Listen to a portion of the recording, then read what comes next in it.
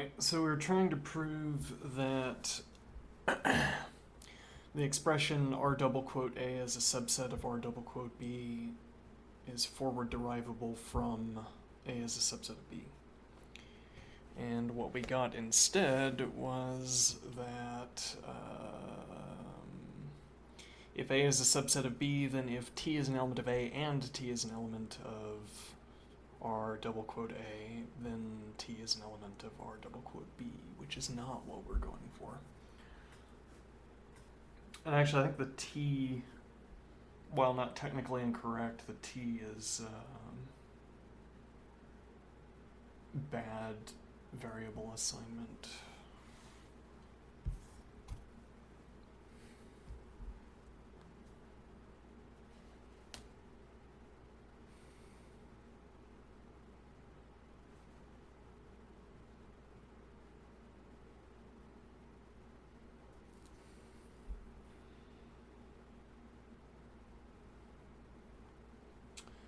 But maybe I do have the idea here.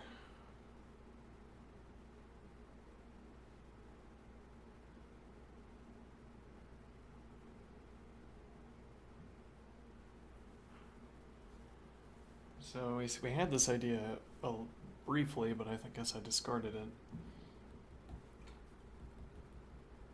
This term, S, is an element of A. That could have been this term here.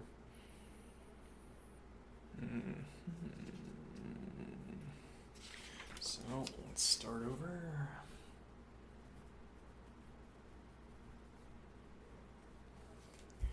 Theorem 38. If A is a subset of B, no, that is not the grammar. From the expression A is a subset of B, we may forward derive the expression R double quote A is a subset of R double quote B.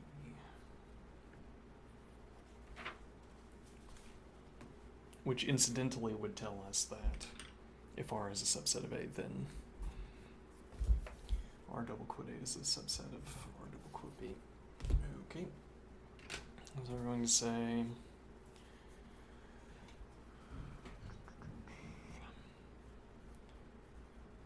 for all T,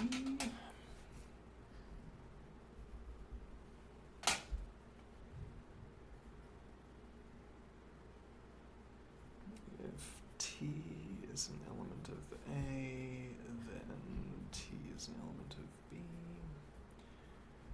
Okay.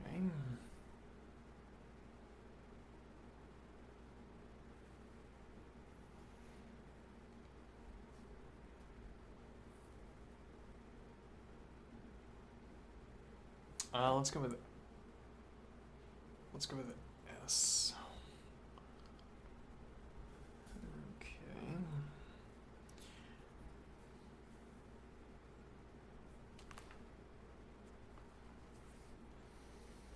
I'm gonna have to think about how the quantifiers are supposed to work out here.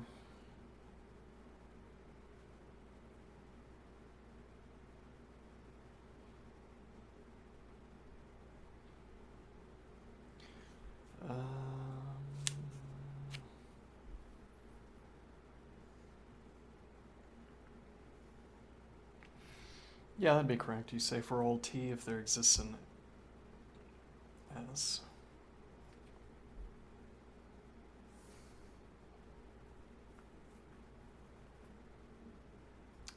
Actually, I'm not sure about that.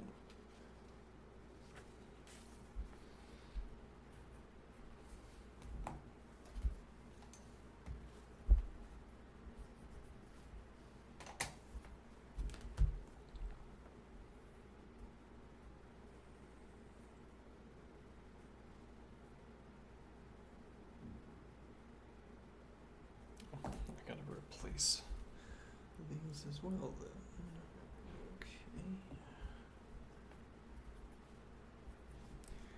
S is an element of A, then S is an element of B. Alright, so now I'm going to say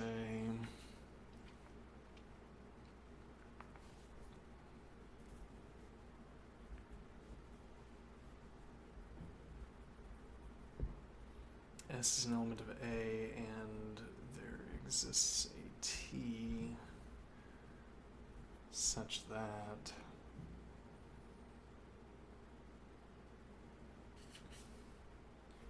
the ordered pair ST is an element of R.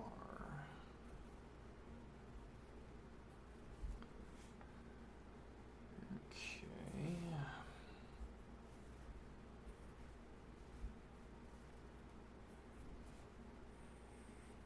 Then S is an element of B.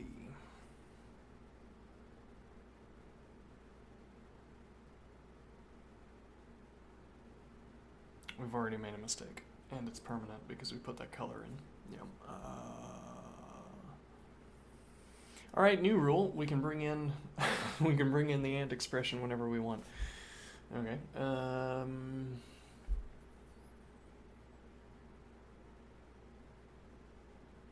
Okay, well, we actually don't need to in this setup.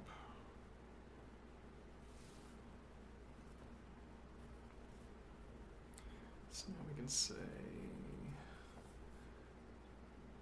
let's see, this would be orange.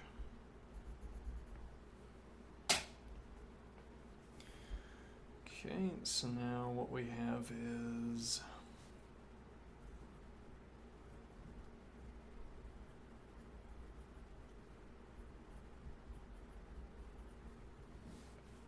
right, we don't need that because we colored it, but also it's not really a mistake, so whatever.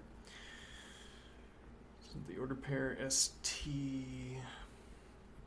is an element of R.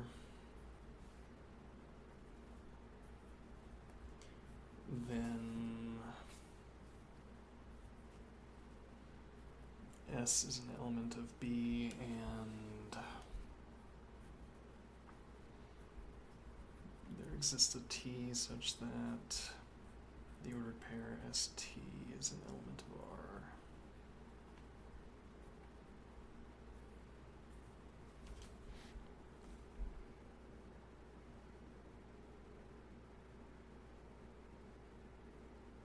All right.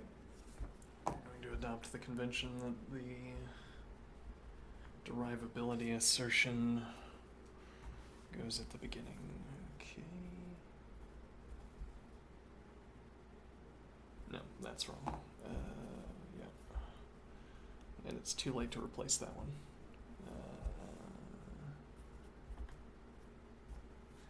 Okay. Now the question is, does this meet our definitional specification?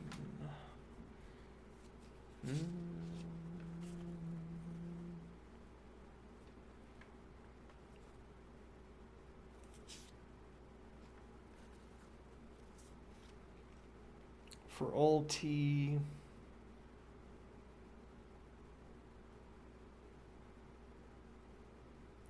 T is an element of R double quote A is defined to be interderivable with the expression there exists an S such that the ordered pair ST is an element of R and S is an element of A.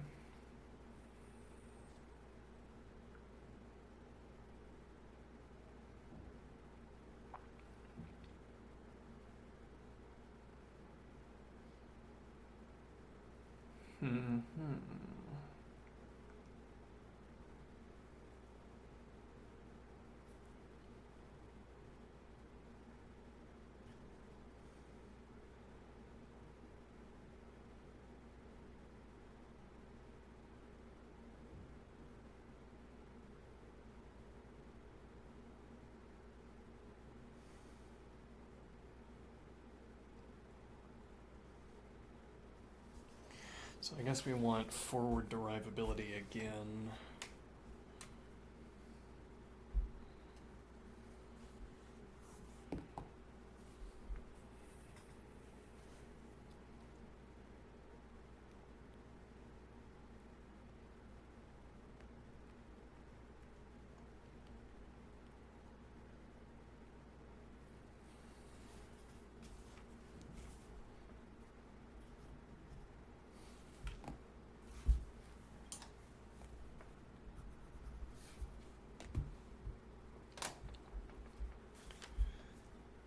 feel like this is turning out to be a sketch because this doesn't seem so precise.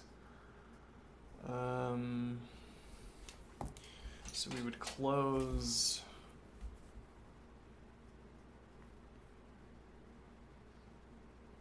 red and orange.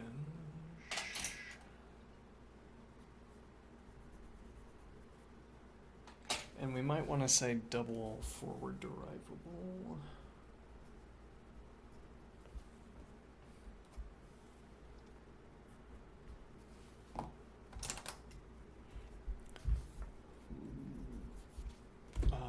What is that supposed to mean? Let's see. So if we're saying for all s, it is the case that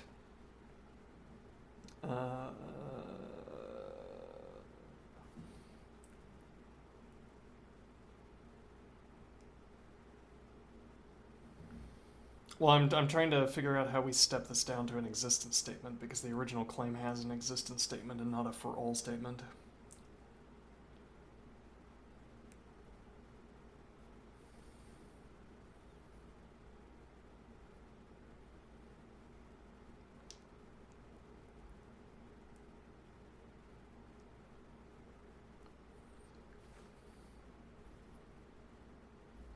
And the idea would be this becomes there exists an S such that S is an element of A, and there exists a T such that the ordered pair ST is an element of R.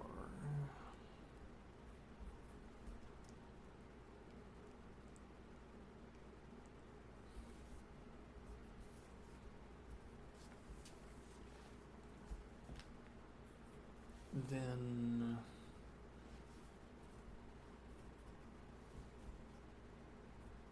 S is an element of B, and the ordered pair ST is an element of R.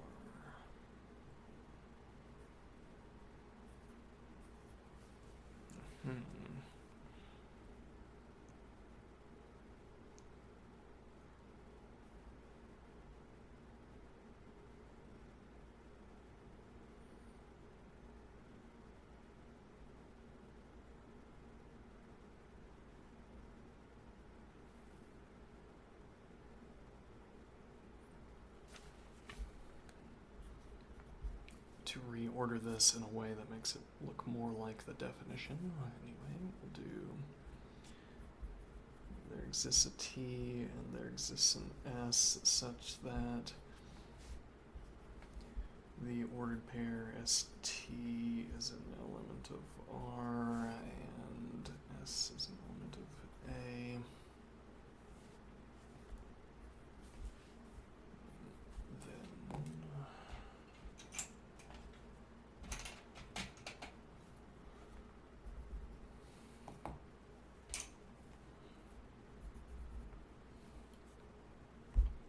Alright, we adopted the rule. I have so many rules floating in the air. Like I only feel the need to cement one rule at a time.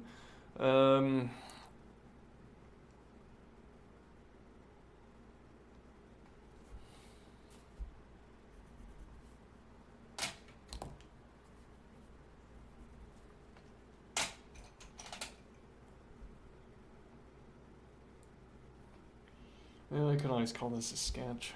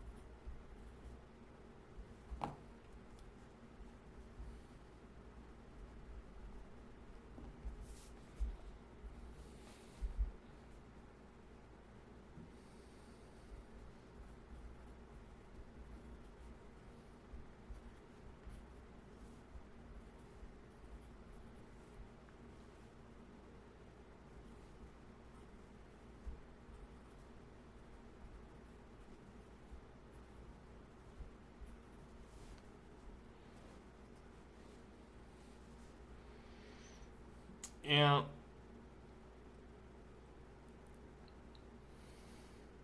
So this is technically not giving us subset status because we have an existence statement instead of a universal quantifier. So the question is, are we willing to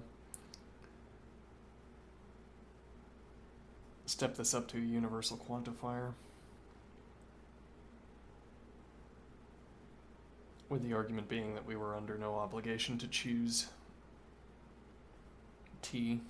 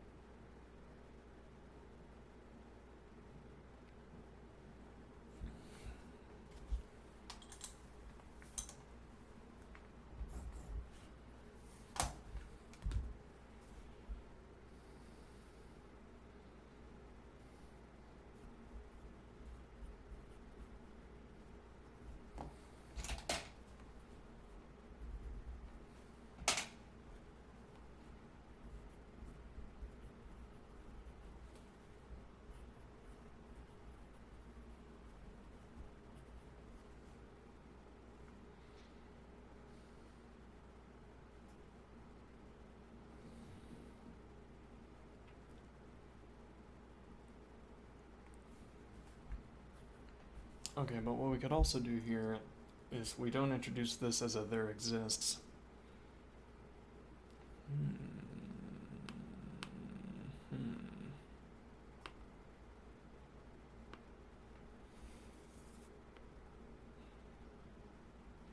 Okay, but then I'm not sure what this statement is saying. Oh, and we can erase that.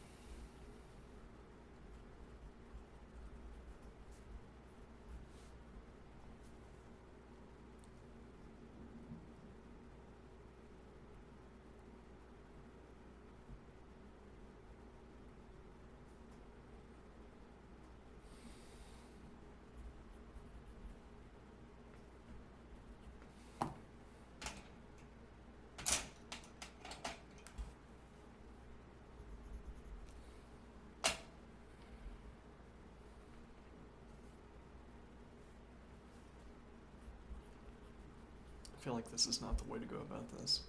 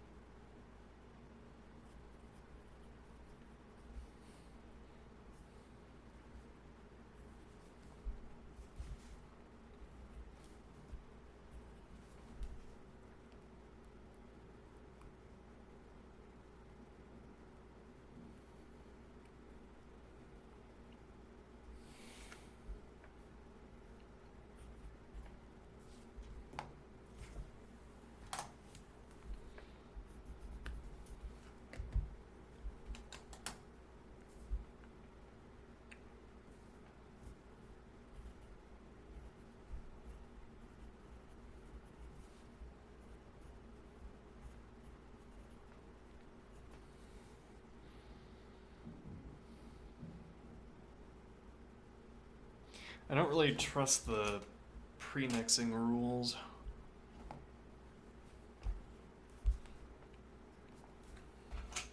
I think we'll just be extra careful about our quantification here. Apparently.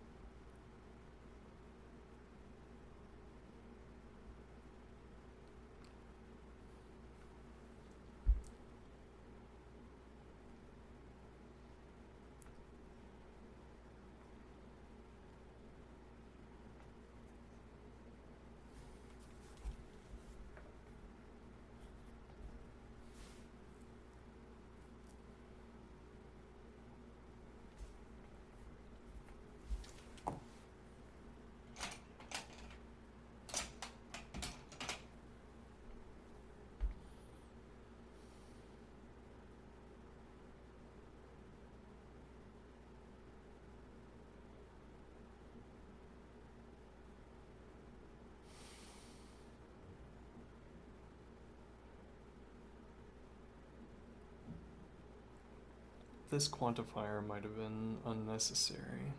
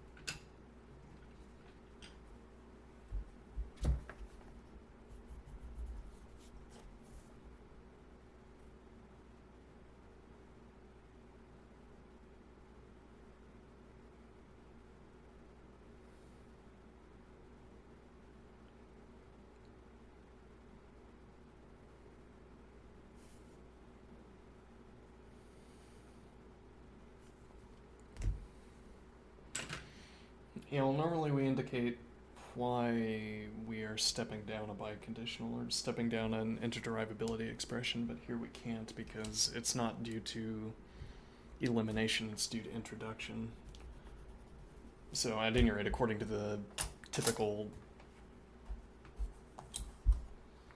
way of indicating these things, we don't have a way of indicating. Because we do, like here we're stepping down, and in the typical syntax for meta syntax, in the typical color syntax, the step down color is always associated with the upcoming assertion, derivability assertion, but here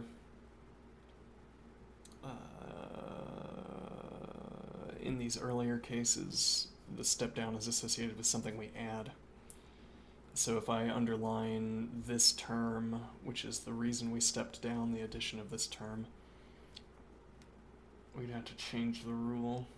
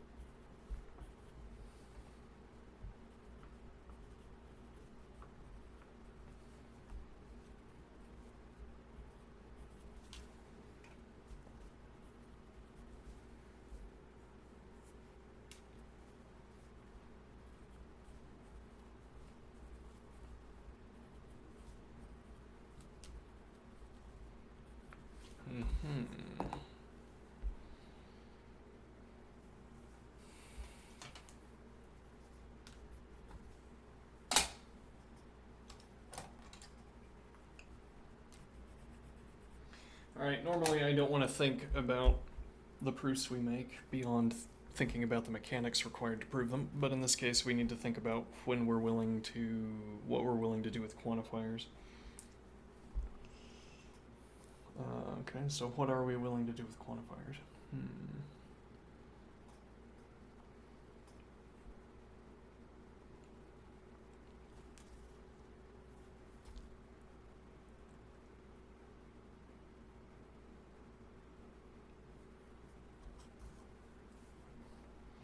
For all S, S is an element of A, then S is an element of B. Then for all S,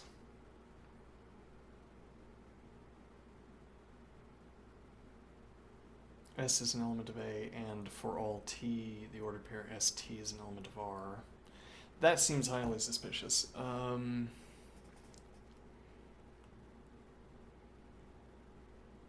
That immediately sets off alarm bells, because I don't know what that's saying.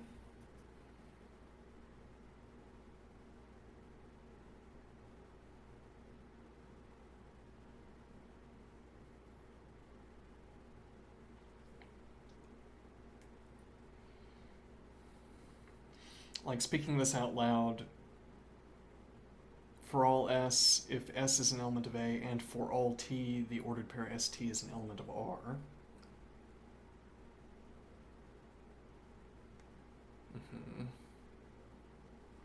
So we're saying no matter what element we pick, T, the ordered pair ST will be an element of R.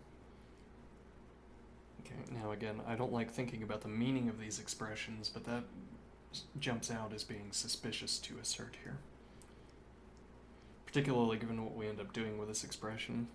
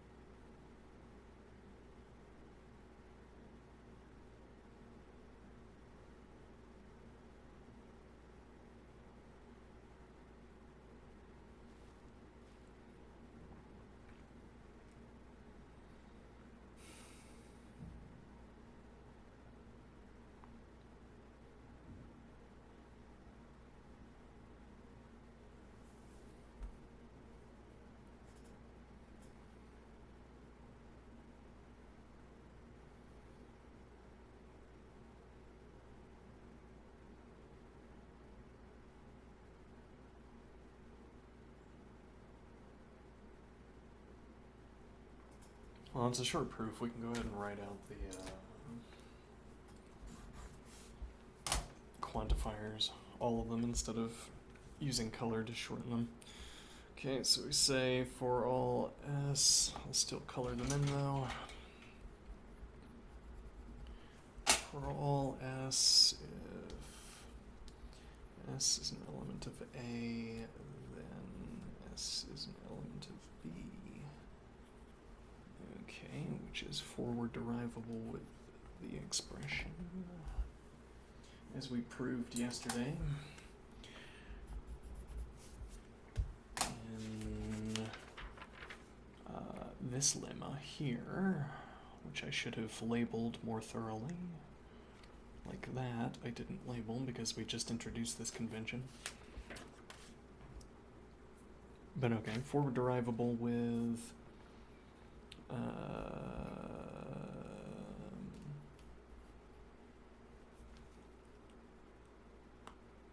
okay, but we don't want to re-quantify here. It's not.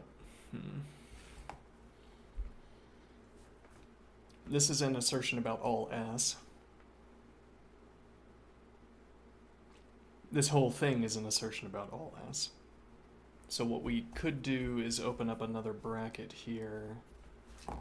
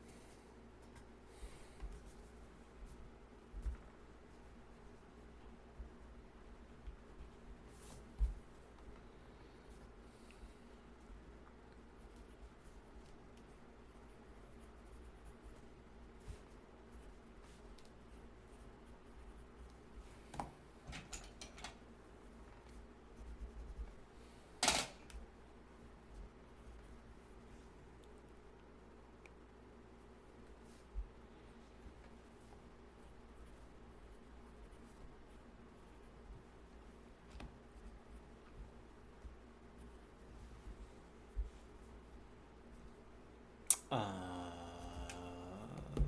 don't need that opening bracket.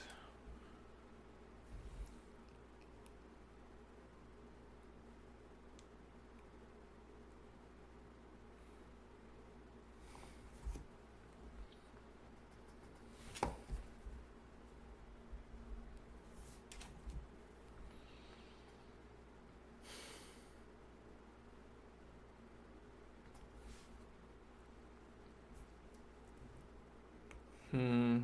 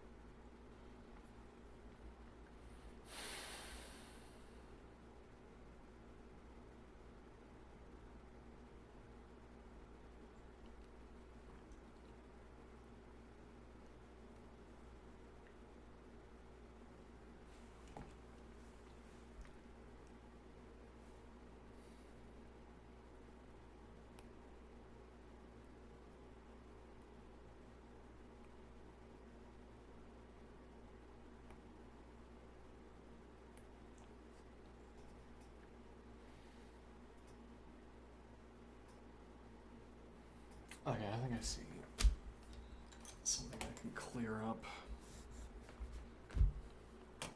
a little bit of our doubt. For all S such that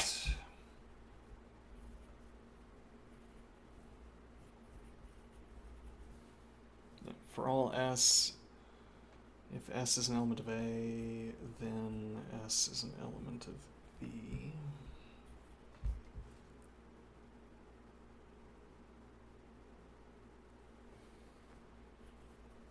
Now I'm going to close that and close red. And now we're going to have to pin down the meaning of that. No, maybe we don't need to do. Maybe we don't need the double. Yeah, well, I mean, the reason that I want to do the double is because this is no longer an assertion about. Yeah, I'm still juggling the meaning of quantifiers here and how I'm using them. Normally, like what I tried to indicate up here, we open up this assertion for all s. If s is an element of A, then s is an element of B. From this expression about all s, we can derive a further expression about all s, namely that for all s, s is an element of A, and for all t, the ordered pair s. Well, no, we wouldn't restate the quantifier. In my head, anyway, it doesn't seem to make sense. Or it's not what I want to do. Okay, so for all s, s is an element of A, then s is an element of B, from which we can derive if s is an element of A and all of this expression. So the point here is that we're opening up this universal quantifier and we don't close it until the end of the proof. So everything we say is true of all s. And the reason I'd want to use a double forward derivable here is to say that if we have this expression, then there's this further sequence of expressions that we can derive. I'm not sure this doubling has a technical meaning or needs to have a technical meaning. Maybe it's more of a record-keeping point. But okay, we can derive from this that if there exists an s such that s is an element of A, then s is an element of B. Okay. Now, I would still want this to step down the proof, but let's see. Okay. And now we say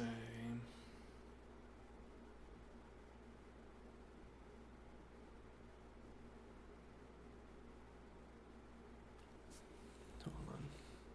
It's already been 45 minutes. Unbelievable.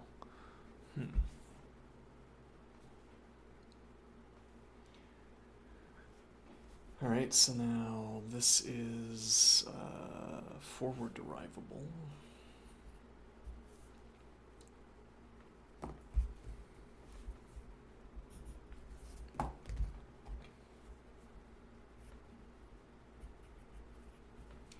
There exists an s such that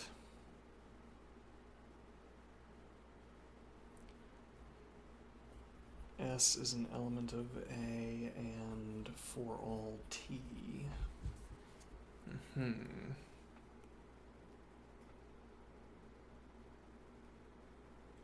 Yeah, but this is I'm on the verge of making a classic quantifier mistake.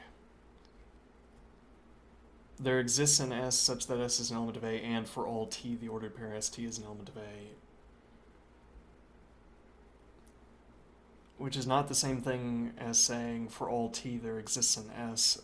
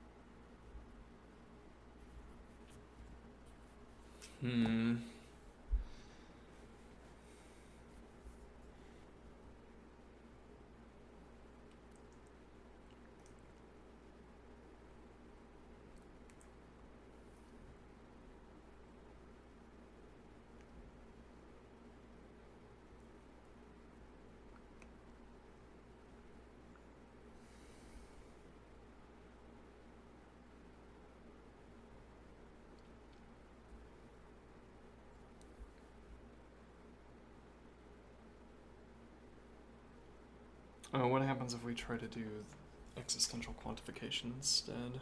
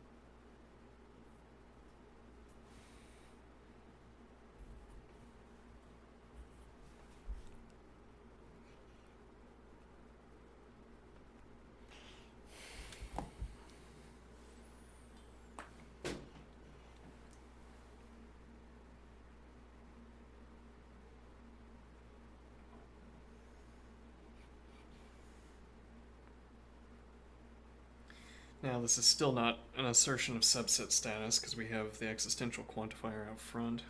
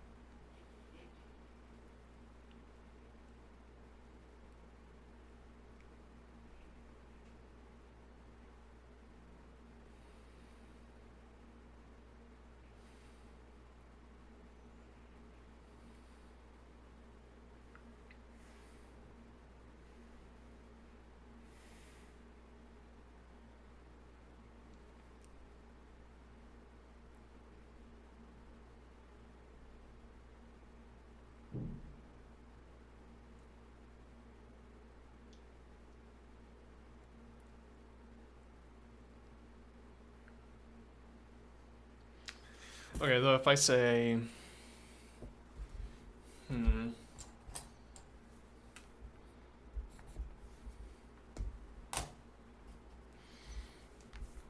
if I say there exists an S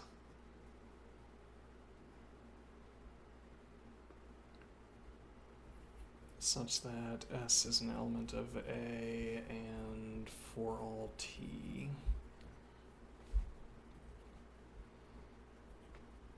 the ordered pair ST is an element of R.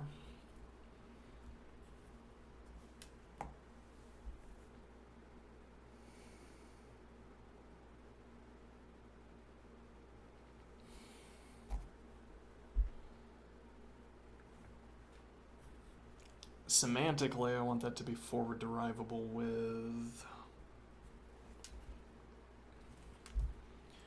for all T there exists an S such that S is an element of A.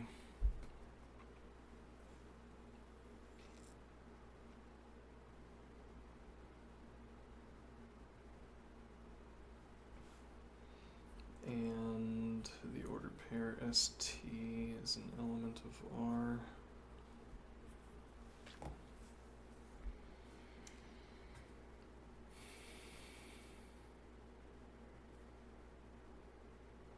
Yeah, I'm relying more on thinking than I would like to.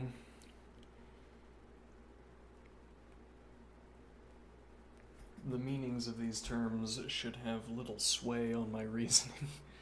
But if there is some one S such that for all T the ordered pair ST is an element of R, then for all T there exists an S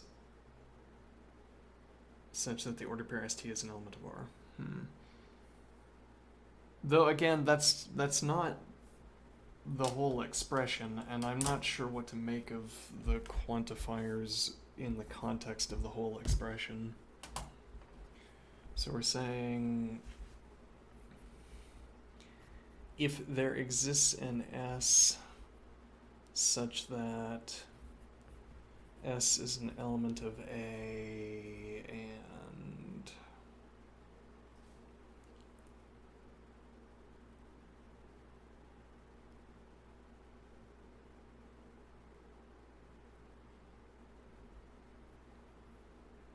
yeah, maybe the cheating is happening here by having this S quantify over this expression.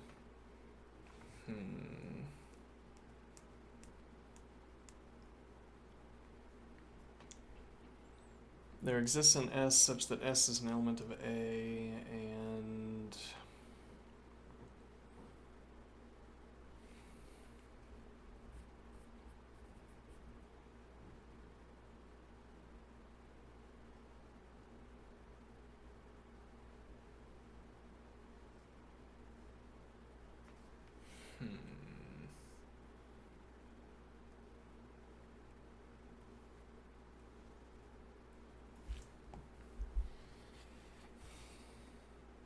does the author do this one incidentally? No. Alright.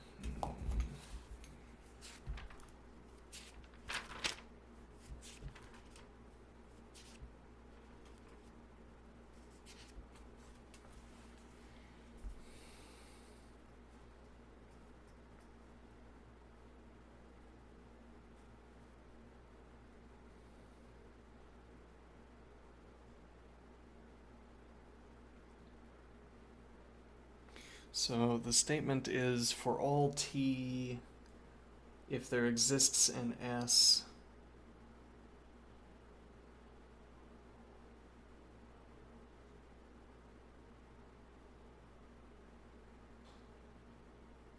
for all T, T is an element of R double quote A is defined to be interderivable with the expression that there exists an S such that the ordered pair ST is an element of R and S is an element of A.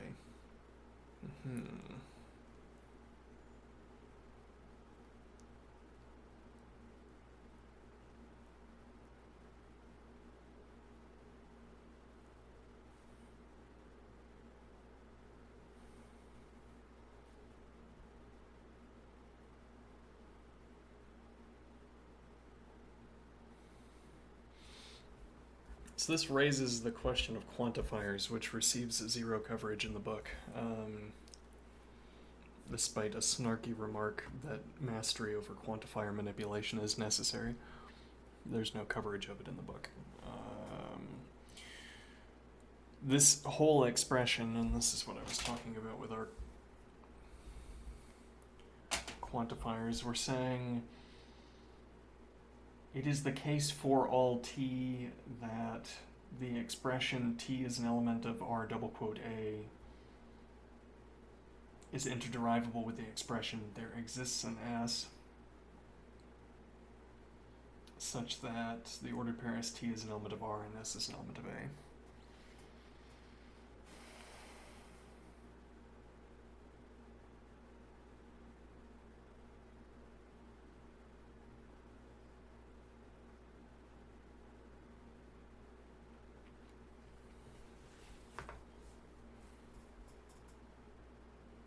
Okay, I think maybe we're supposed to, this is where we're supposed to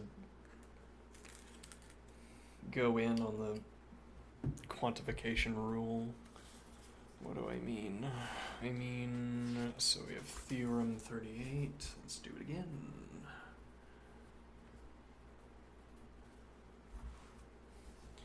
Okay, so we say A is a subset of B. From the expression A is a subset of B, we may derive that we are capable of deriving R double quote A is a subset of R double quote B. Okay.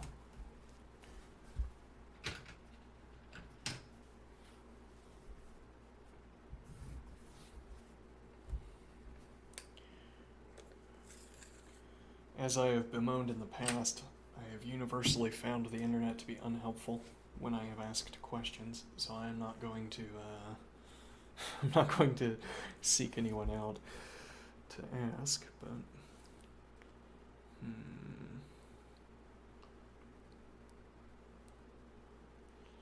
okay, so we're saying for all S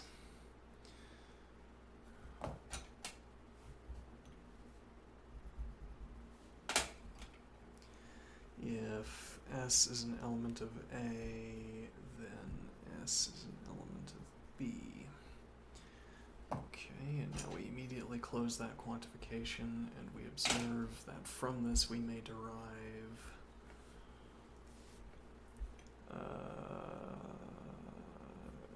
if there exists an S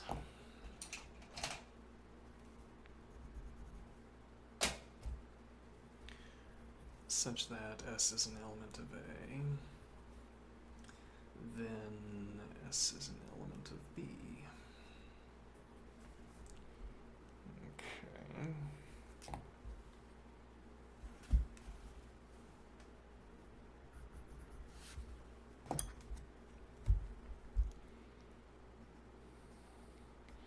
And now the idea is that we say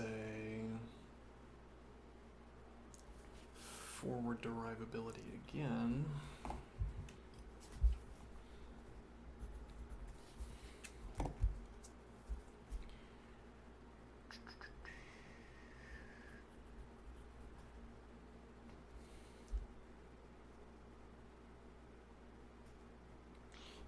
Okay, I'll go ahead and give it the double, just maybe that means something, maybe it doesn't. Okay.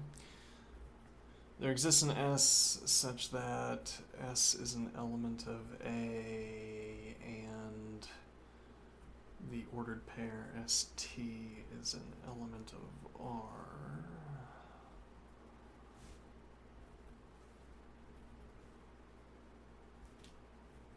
then S is an element of B. Okay, and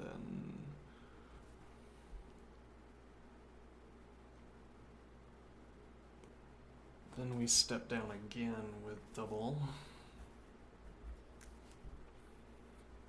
Okay. There exists an S such that S is an element of A and the ordered pair ST is an element of R. Then S is an element of B and the ordered pair ST is an element of R.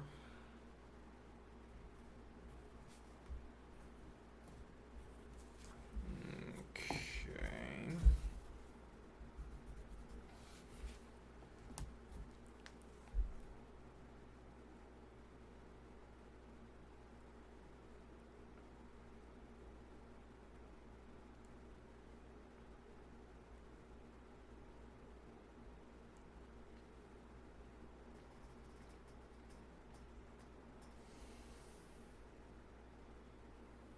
And the point here is that we haven't quantified T yet.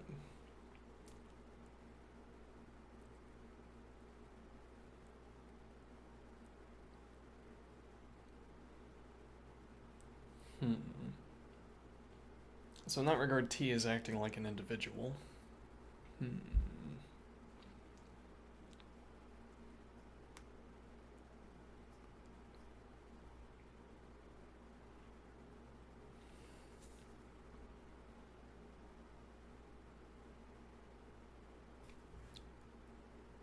Okay, this is where we would close out the quantification on S, because now we say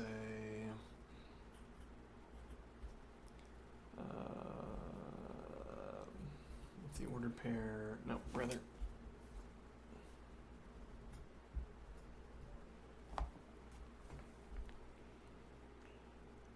yeah, okay, T, and this parent is also wrong. If T is an element of R double quote A,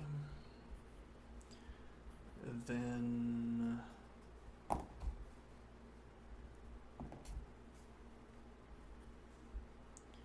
T is an element of R double quote B.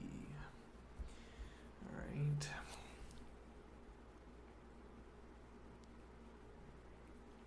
And now we haven't made use of this idea up to this point, but there was no motivation behind choosing T in particular.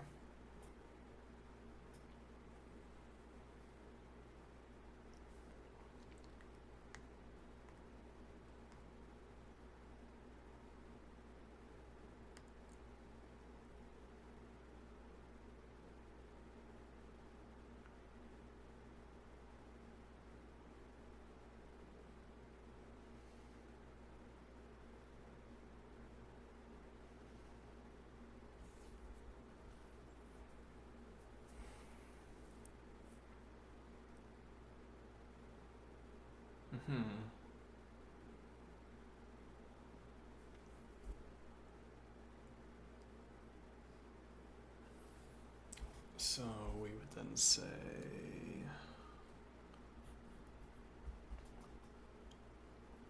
for all U, if U is an element of R double quote A, then U is an element of R double quote B.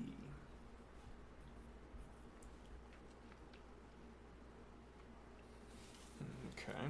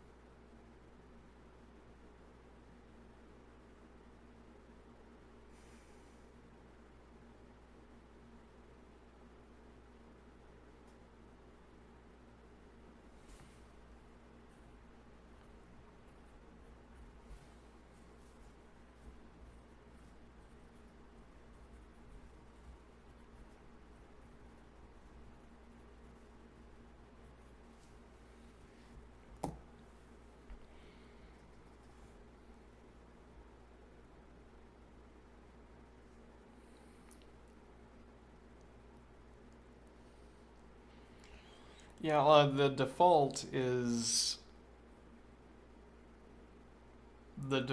to use as limited of a tool set as possible. Like if there's a way of, or to restrict oneself to as few tools as possible. At least that's been an idea in my approach to this book. Part of the idea there is that doing so limits the possibility of a kind of contagious error. If I did something wrong, or if a rule is bad, then every theorem that uses that rule is bad. So if I limit the number of rules, I limit my exposure to bad rules. Up to this point, we haven't used the idea that if we on zero theorems have we used this idea that if I can choose an arbitrary element, if there's nothing motivating my choice here, in this case the order pair ST is an element of R as opposed to anything else, then we can say that then that allows for universal quantification. Now, we could go back to not using this rule. It's like saying we could have beside each theorem whatever rules were required to prosecute the theorem. And if anybody came along and said, you know what, I never use that rule because I can't make sense of it, or I don't like it, or it disagrees with my particular flavor of constructivism, then I say, okay, well, we have all these other theorems that don't use that rule.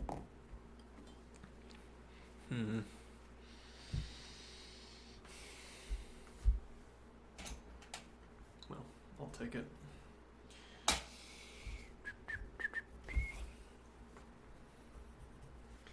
The use of the double crosshatch.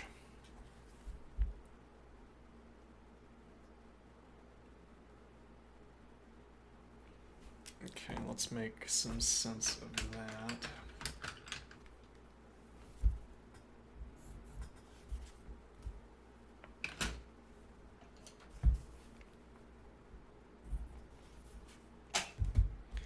So if I say for all S is an element of A, then S is an element of B, I say this is interderivable with one crosshatch, which is merely the word I've been using. I don't know why I would call that crosshatch, just the word that struck me a few weeks ago, and I've been using it since then. Then we can say not S is an element of A, or S is an element of B. And one point here is that this doesn't require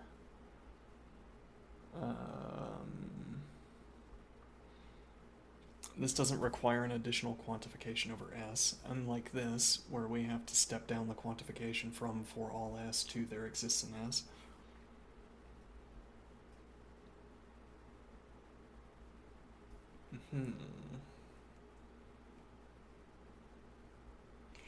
And now, merely as an example, I would do here double crosshatch. And in this case, there's no deeper justification.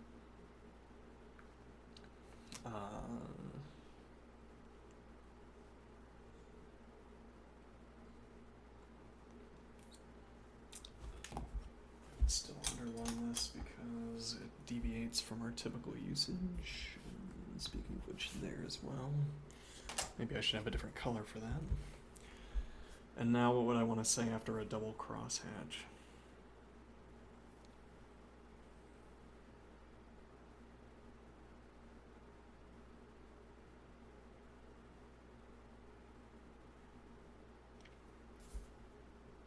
Be like saying for all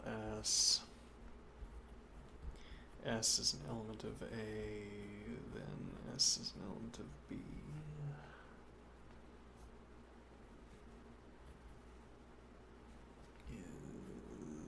Is defined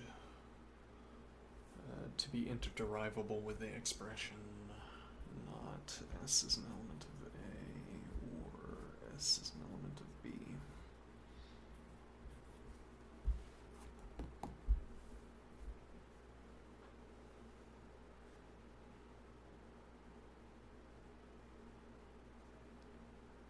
If we're always going to put these at the beginning, then we might want to shift our initial quantifier over just to keep alignment. So this is how we're using this double crosshatch. This derivability relation obtains if and only if this derivability condition obtains.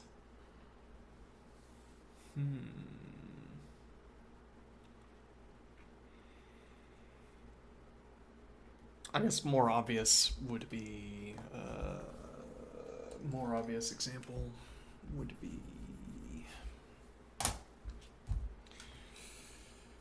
for all S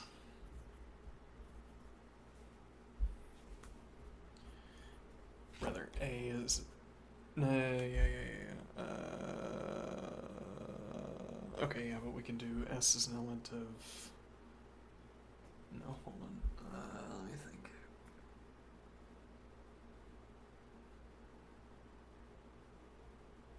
Yeah, okay. S is an element of A. Then S is an element of B.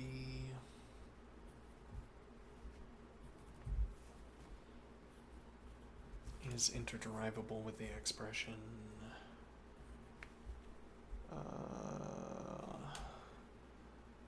A is a subset of B.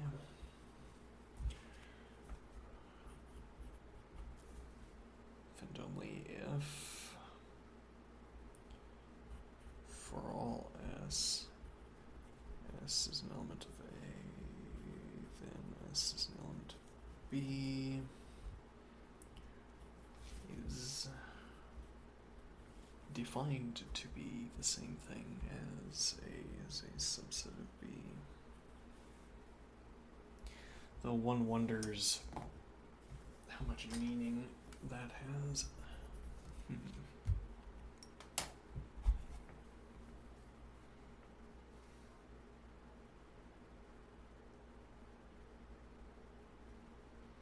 So this becomes more of an expression about what derivability claims I'm willing to make. For all S, S is an element of A, then S is an element of B is interderivable with the expression. No, never mind, disregard that. Let me think here.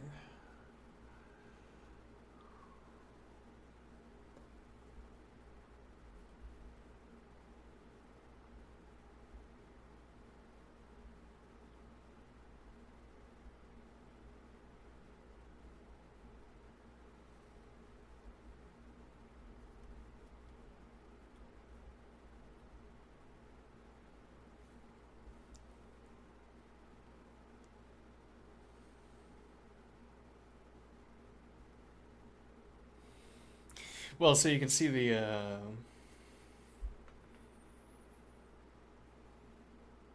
yeah, it's not clear that this double. I was about to say you can see the reasoning behind why we would have this, but maybe I can't see the reasoning behind it.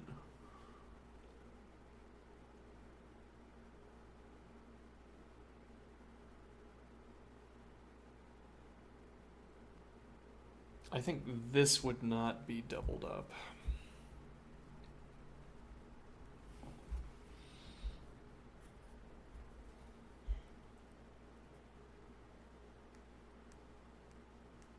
And similarly, this would not be doubled up.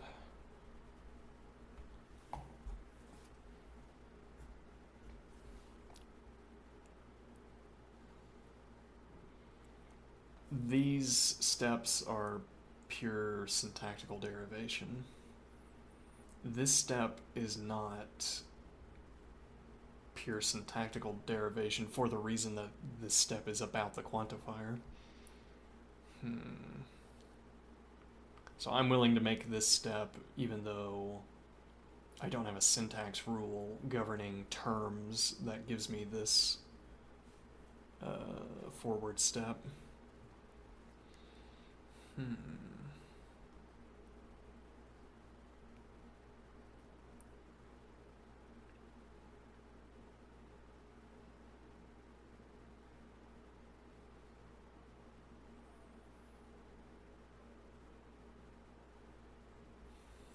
This step is also interesting. We normally don't speak about individuals, so similarly, as I was saying before, yeah, we don't generally make use of individuals like this. We would want to quantify over t before introducing it, but we can't in this case.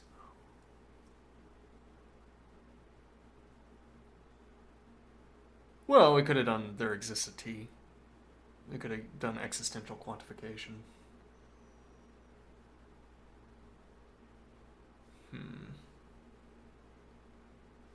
I don't know. I think I'm gonna... I don't know if there's any resolution we're gonna be able to get out of this. So... we'll see if it keeps coming up.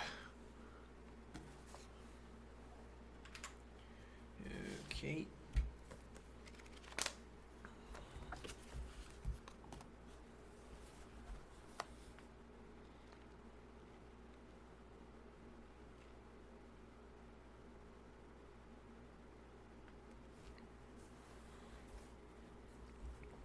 Alright, so Theorem 39.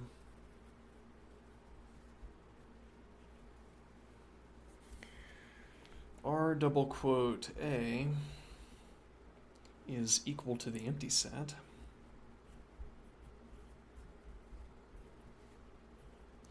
Is interderivable with the expression the domain of R intersection A.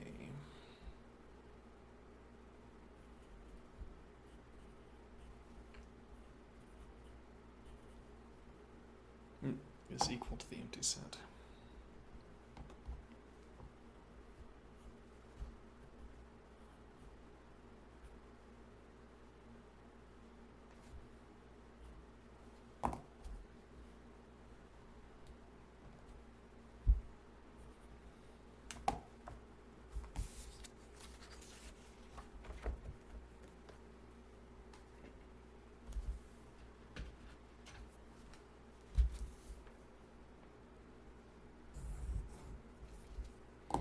Let's do a more thorough job there. Okay.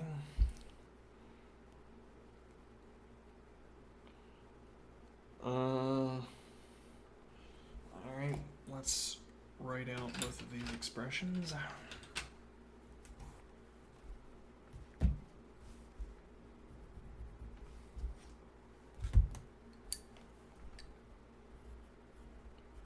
R double quote A is equal to the empty set is interderivable with the expression for all D.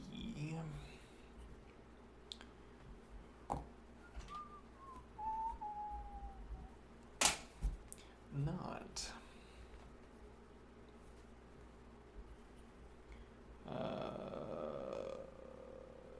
D is an element of R double quote A. Okay.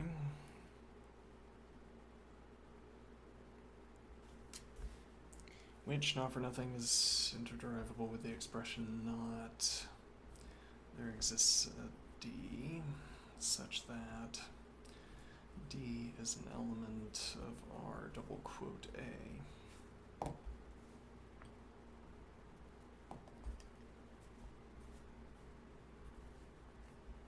Okay.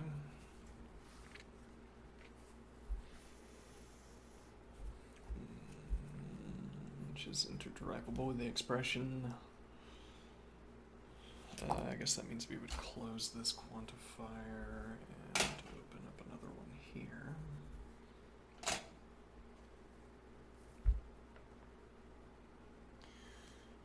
I'll just keep the quantifier around. Not there exists a D such that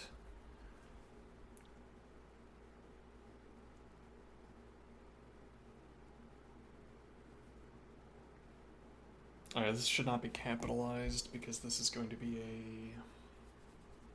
We capitalize elements when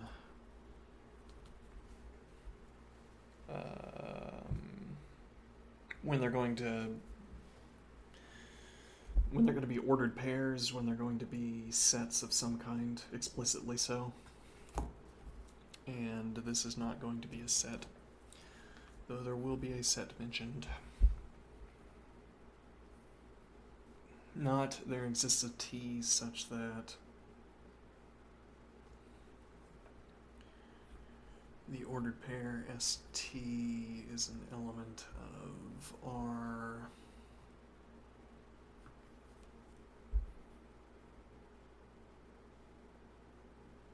We needed to quantify over S as well. It's routing error. Actually, we could just call this a calculation error.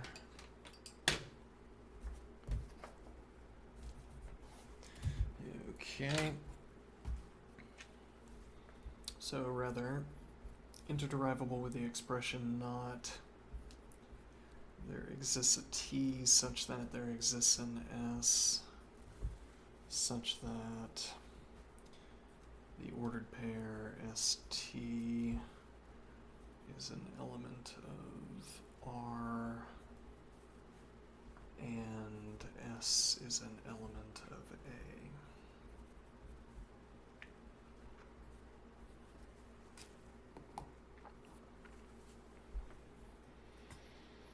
Okay, probably want to distribute the negation through here. Very well, so this is going to be stat orange, which then immediately closes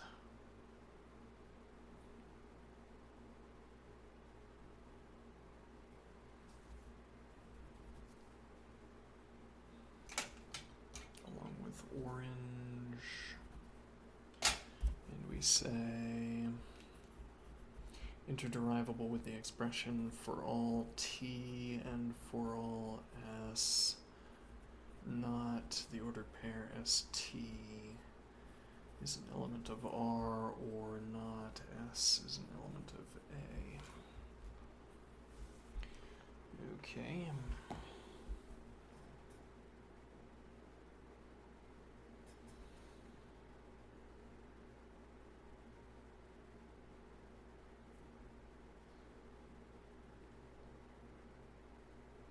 And we will call that the end of the left-hand side for now. Let's look at the right-hand side.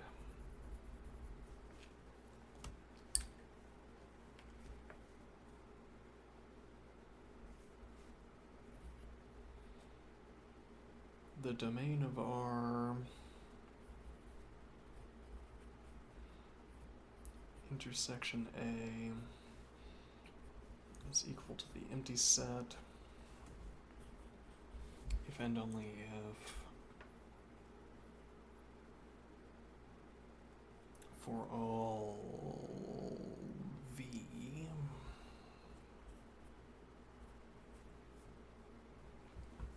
not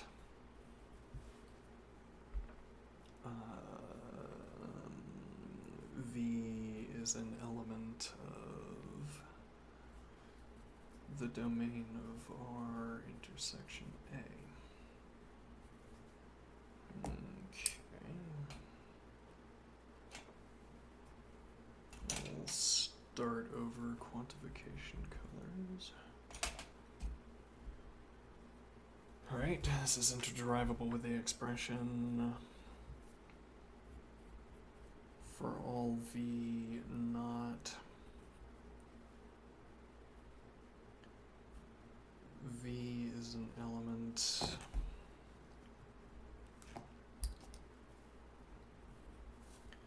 of the domain of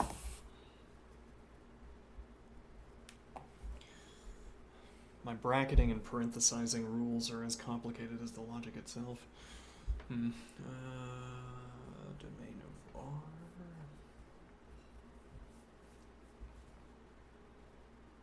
And is an element of A. Okay.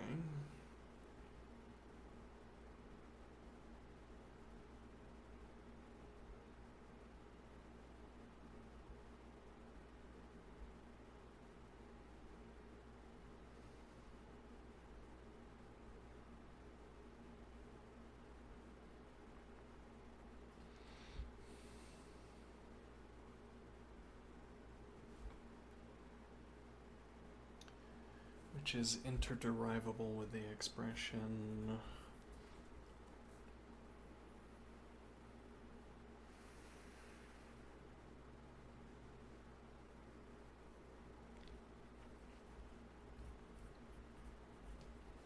for all v not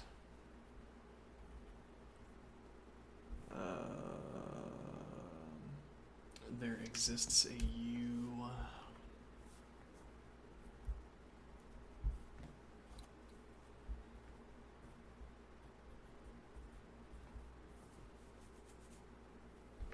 such that the ordered pair VU. Oh, we could do W. VW, yeah, makes sense. There exists a W such that the ordered pair VW is an element of R.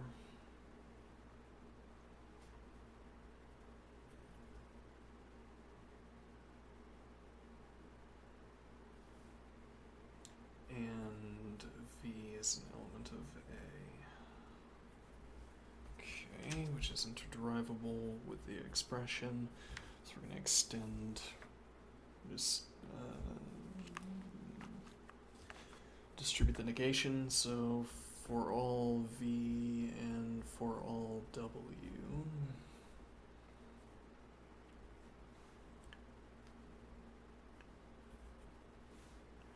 Not the ordered pair VW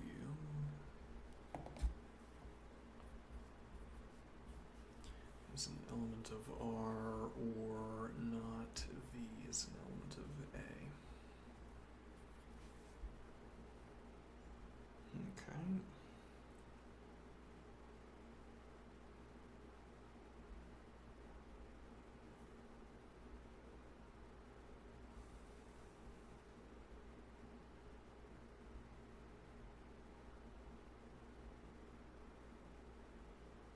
Which is the same expression as up here. Though this didn't finish out the proof with a format that I would typically use.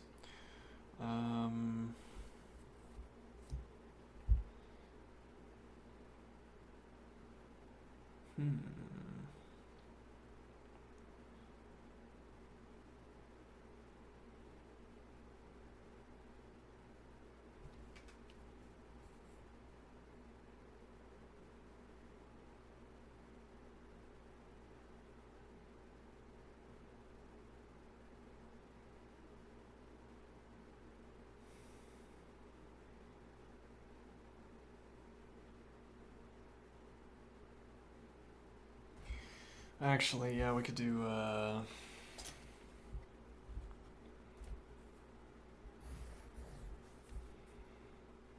okay, and say blue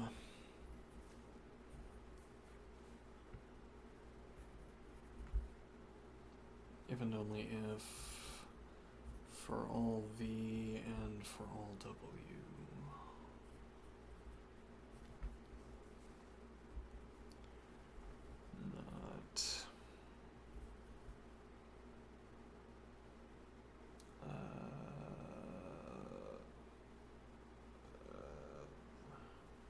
The ordered pair VW is an element of R, and V is an element of A. Interderivable with the expression for all V, for all W. No, we would close out that quantification, so speaking of quantification,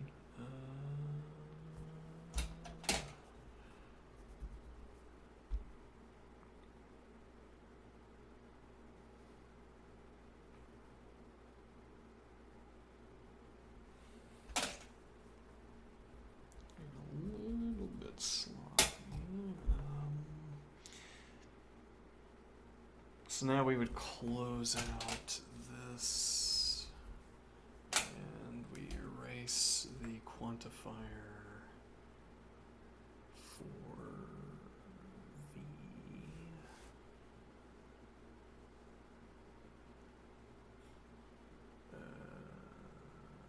Let's see here.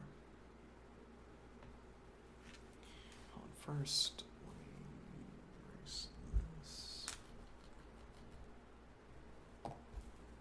This T.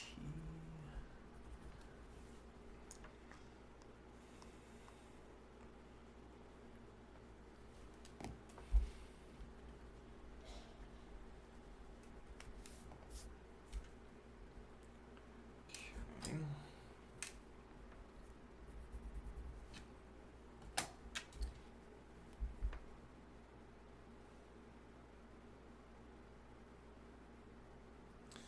And now this will be saying V is an element of R double quote A inside the brackets. Okay. Which is interderivable in the expression.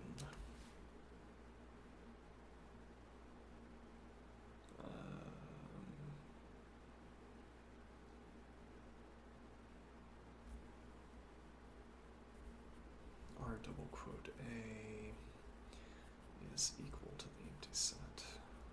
Okay, which is what we were trying to prove, albeit we accomplished that after.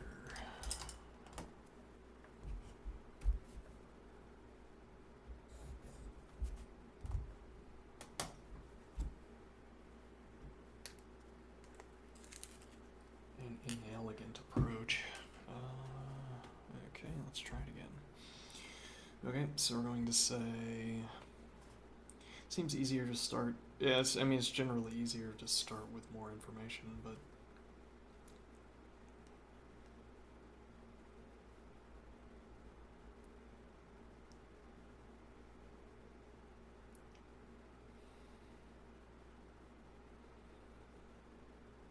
yeah, okay, let's start here.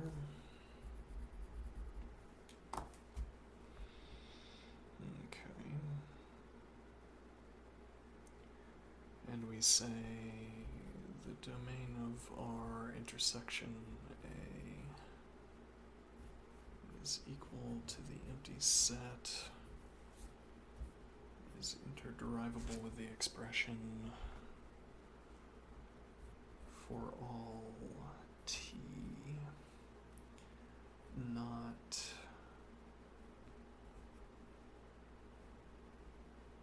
T is an element of the domain of R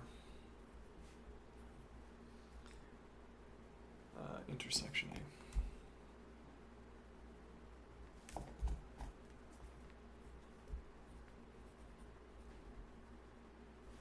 Then we didn't need double brackets.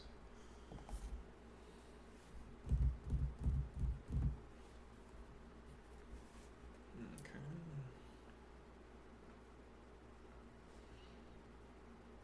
And now interderivable with the expression for all T. I'm wondering, maybe I just don't do this coloring for quantifiers. I'm not sure what I get out of it exactly. But yeah, I'll keep doing it for now. For all T not, there exists a U. So we should have done S, I suppose, according to my conventions, but whatever. There exists an S such that the ordered pair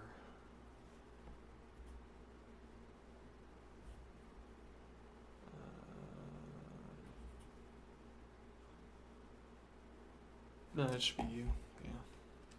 The ordered pair TU is an element of R, and T is an element of A. Okay.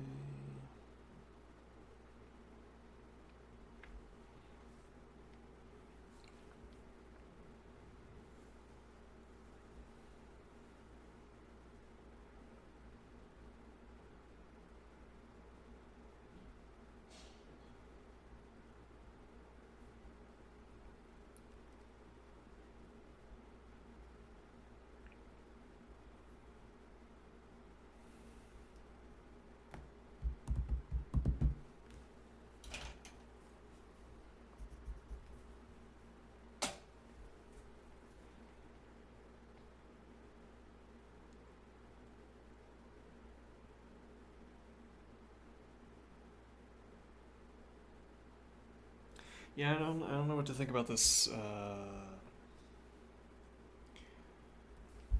quantification past this negation.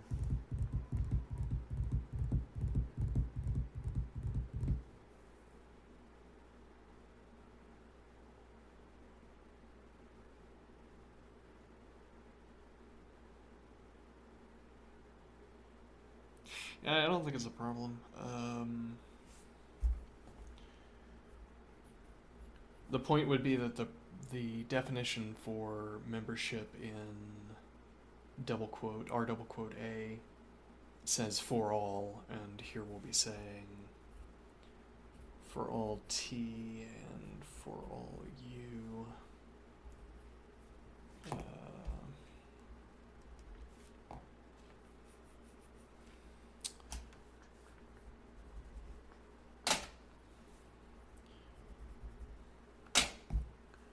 Not the ordered pair T U is an element of R and T is an element of A.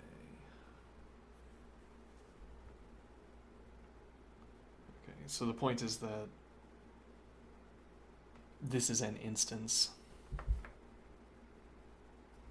This constitutes an instance. No, what is the point?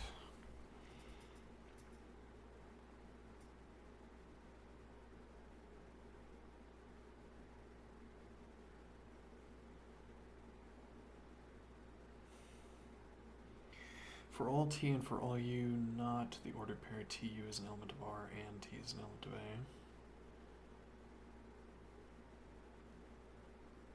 Well, if we take this expression in isolation, then we're saying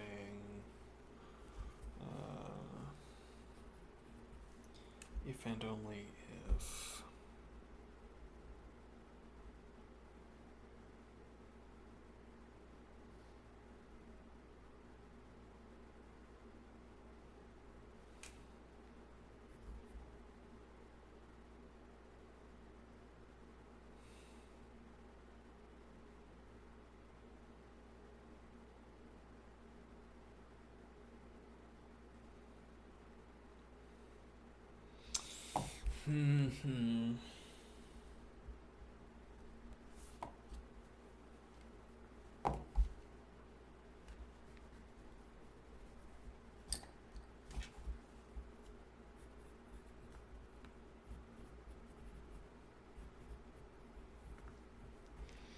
for all T and for all U.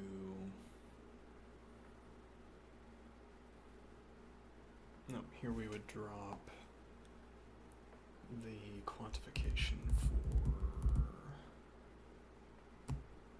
T.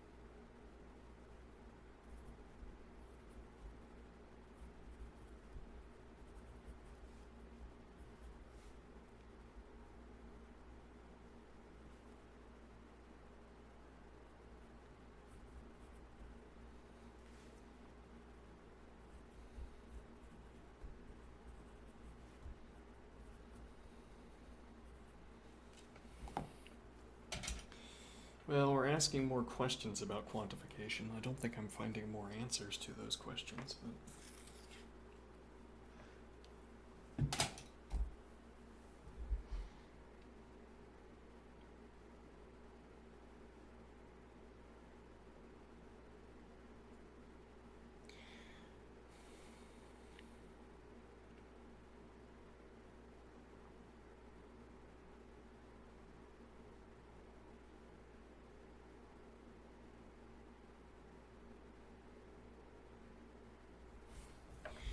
this would be more like this is suitably substituted out for an equality statement or a definitional statement.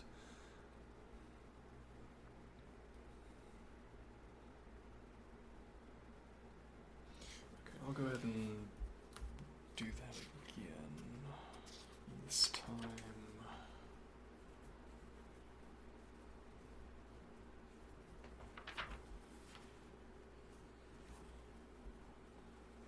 We'll put this on the left-hand side. Yeah, no, we won't, because it's not that way in the book, but we will indicate that we're starting on the right-hand side.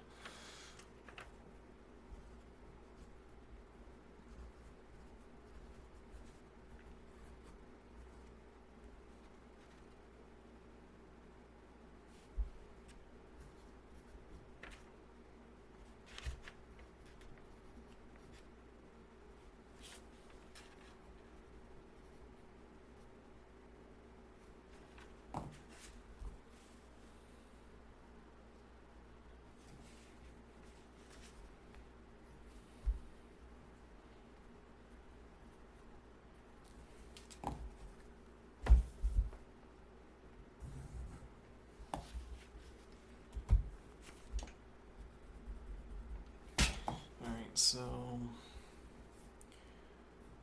the domain of our intersection A is equal to the empty set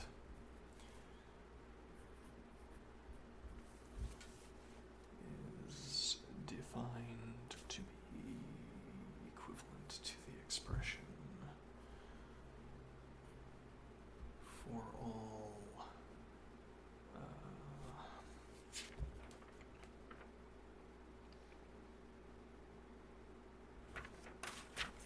S.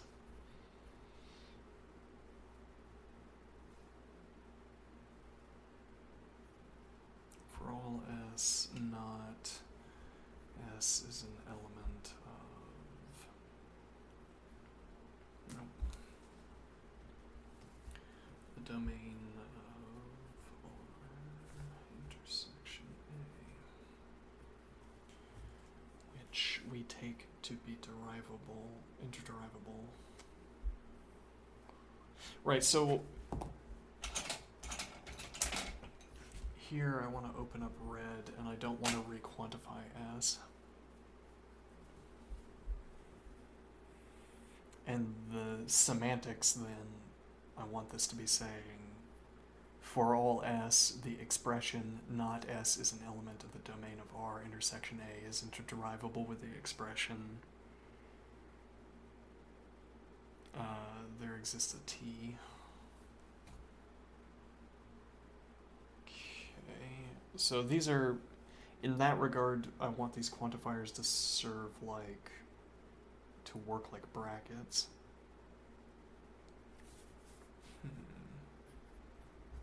Interderivable with the expression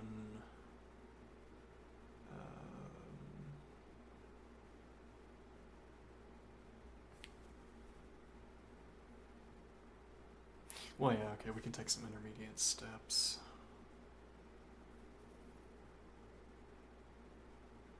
No, okay, so we'll say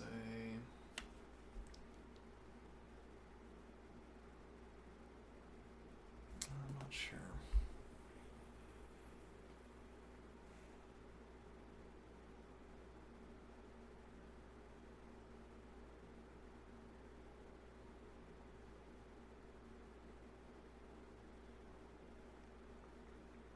Yeah, okay.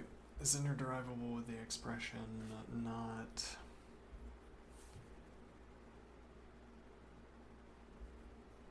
S is an element of the domain of R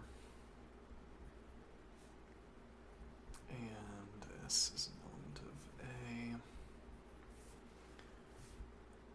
Okay, which is interderivable with the expression not there exists a T such that the ordered pair ST is an element of R and S is an element of A.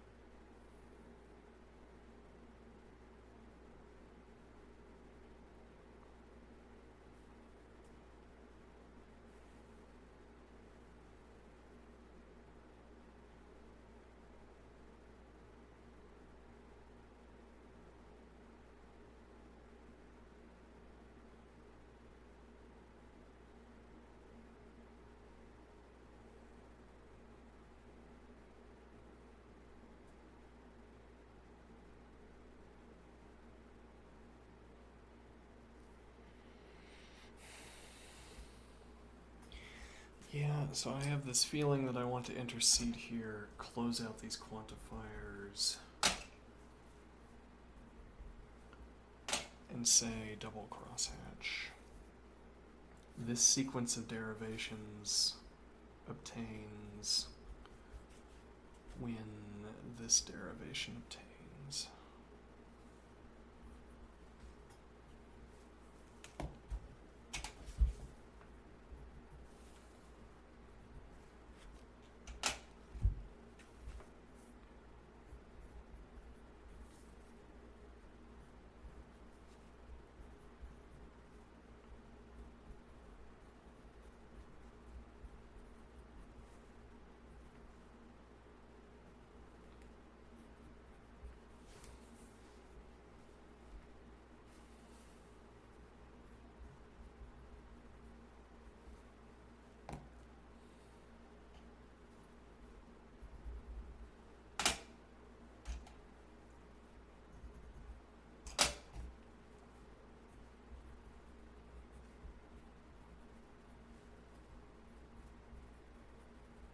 Is performable.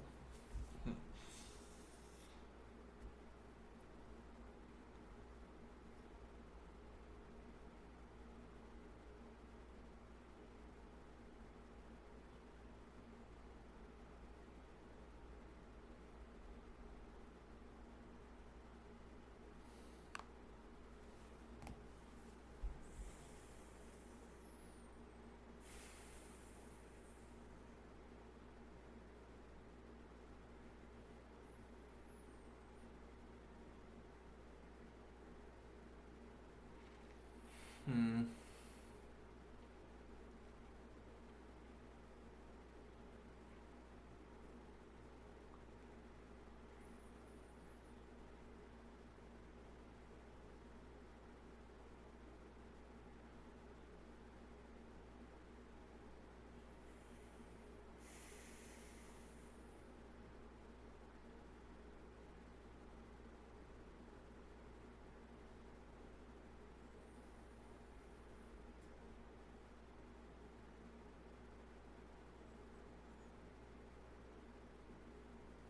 Yeah, I don't know about that. So the reason, the itch that I'm trying to scratch here is that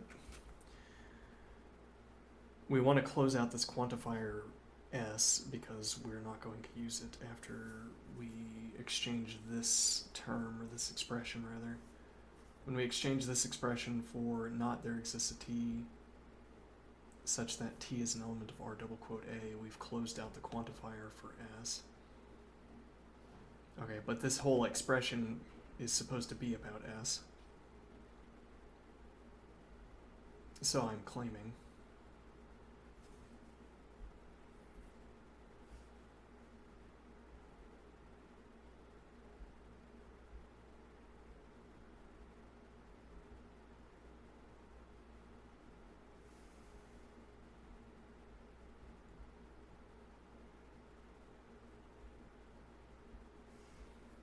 Like the purely mechanical side is not presenting a problem here.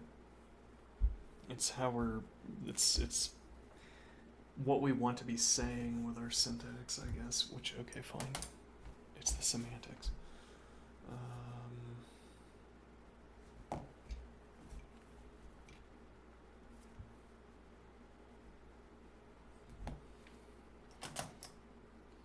If we forego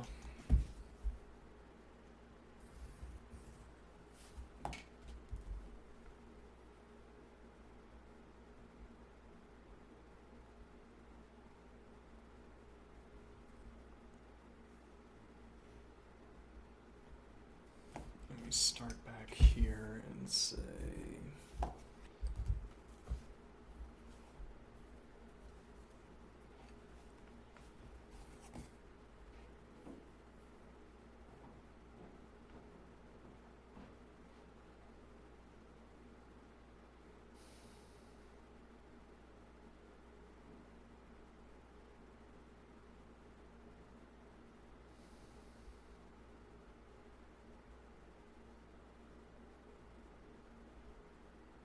well, maybe we want to be saying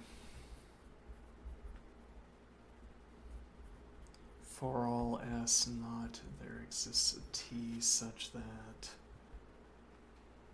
the ordered pair ST is an element of R and S is an element of A.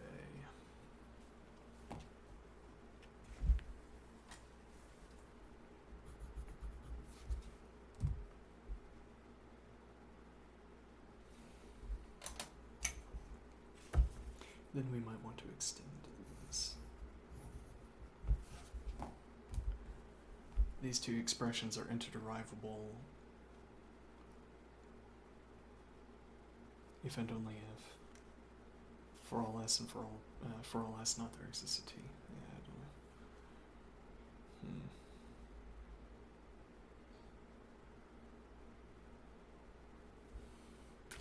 Well, this is in turn interderivable with the expression.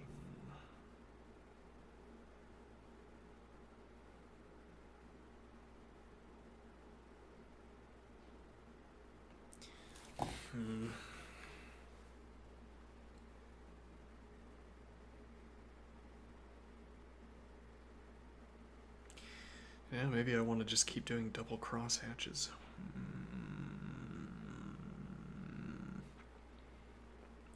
But I'm worried, so I'm doubling up the number of lines that we cross. I'm wondering if I'm just putting off answering questions, and this is a tally of how many questions I've put off answering.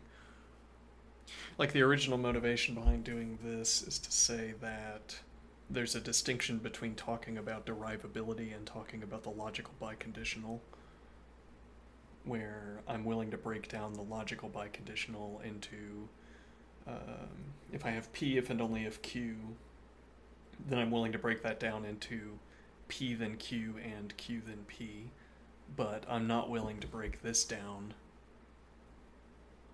Now you could, we just haven't adopted that approach. You could break down each of these expressions and show that it's a tautology, show that they're tautologies.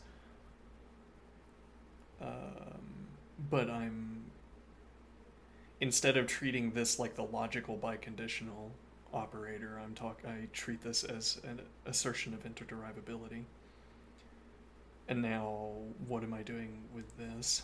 Unclear.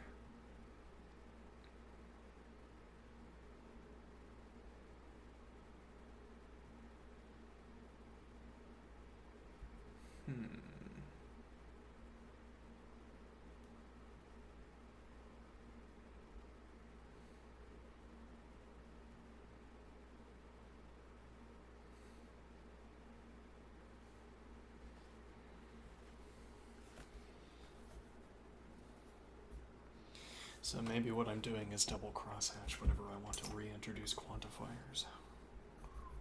Maybe.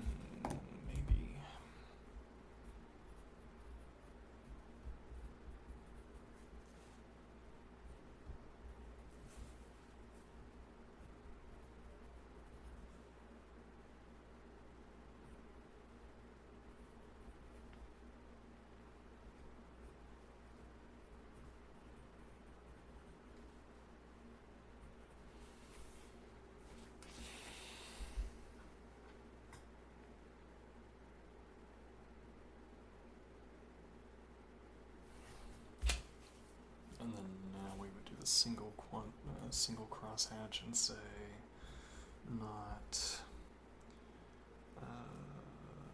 T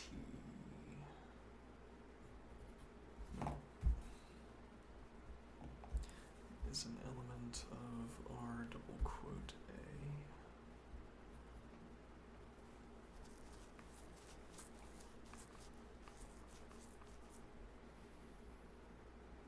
Okay, and now I say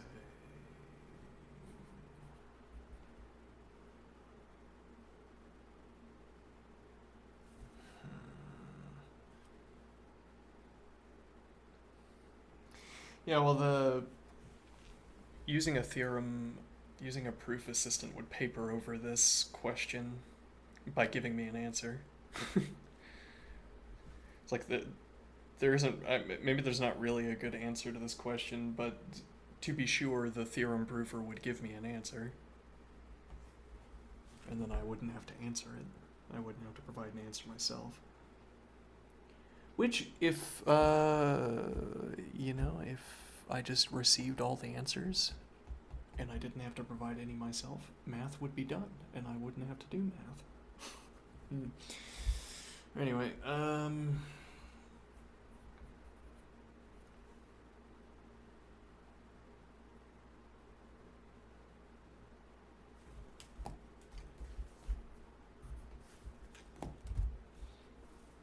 for all t,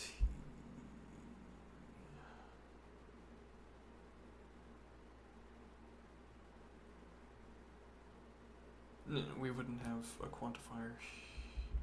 Yeah, we'd say not t is an element of R double quote A.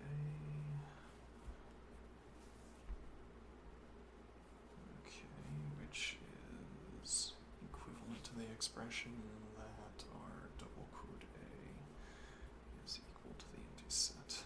I don't know. A lot of doubt today. Oh well.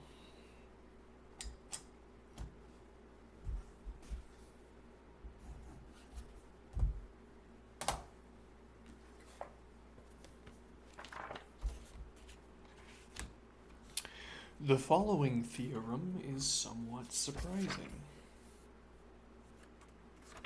Okay. Theorem 4. One benefit of paying no attention to semantics is that this will not surprise me. So I'm guessing. Alright, so the domain of our intersection A is a subset of R converse double quote R double quote A. Do you find that surprising? I don't, because I don't know what it means. And I never will. Okay.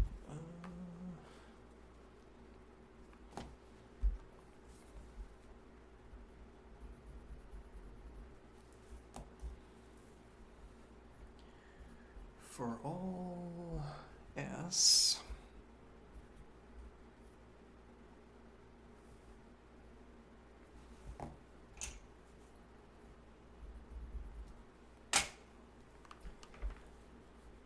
at some point we'll do a bit of a retrospective of what is it that I am understanding or what is it that I am absorbing as I work purely with the mechanics. I have some sense, like my set theory, my understanding of set theory is entirely down to interderivability. And I do have a sense of when I work with one collection of expressions long enough, I get a sense of when expressions will be derivable and also how they'll be derivable. Like we had a sequence of these expressions with the pipe operator, and I became attuned to the pipe operator so that I could see in advance how the proof would unfold. And then my understanding of the operator is merely understanding how calculations unfold involving the operator. How that stands in relation to thinking about the semantics or thinking about the object examples that would instantiate these relations or instantiate these definitions. I don't know. For all S, S is an element of the domain of R intersection A. Okay. It's interderivable with the expression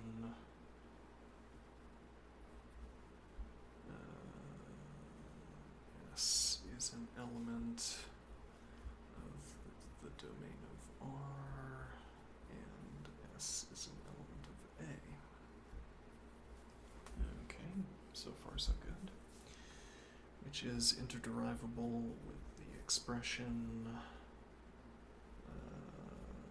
there exists a T such that the ordered pair ST is an element of R.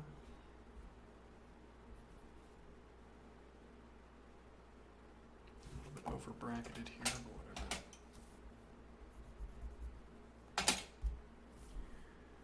Okay, and S is an element of A.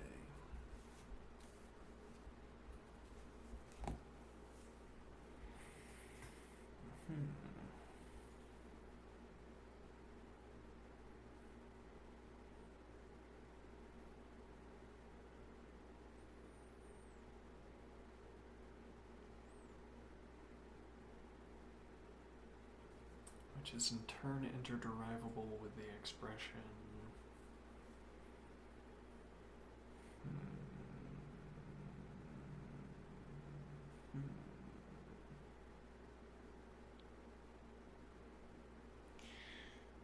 Yeah, okay, let's start from the other side.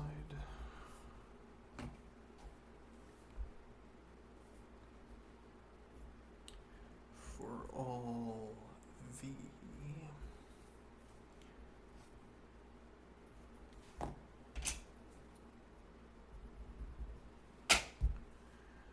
V is an element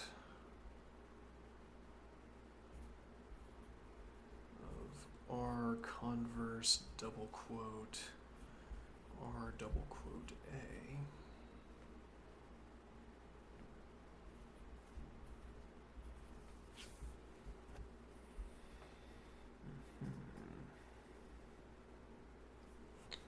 It's interderivable with the expression that there exists a U such that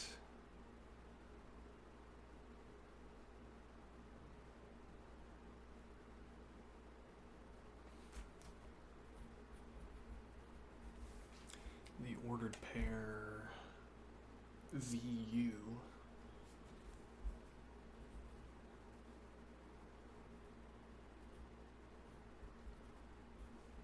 is an element of R converse, and V is an element of R double quote A. Okay, sure.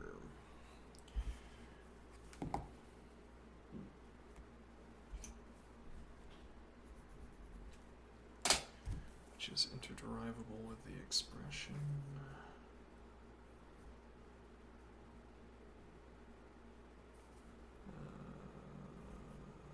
the ordered pair UV is an element of R.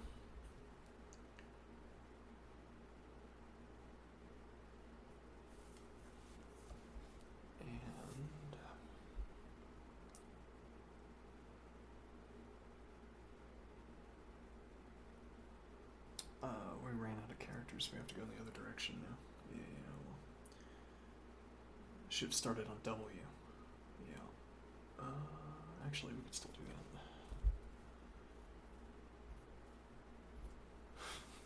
Conveniently. There's a V instead of a U.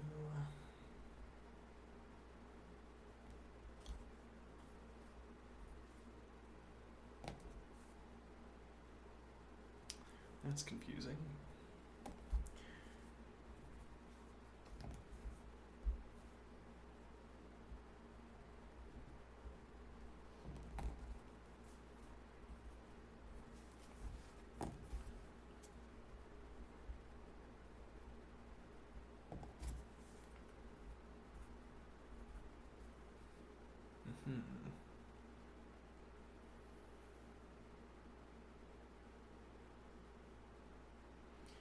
VW is an element of R, and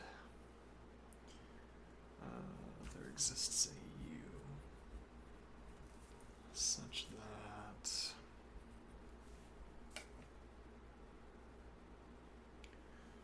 ordered pair UW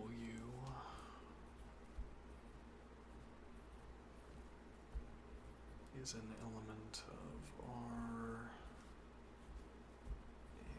and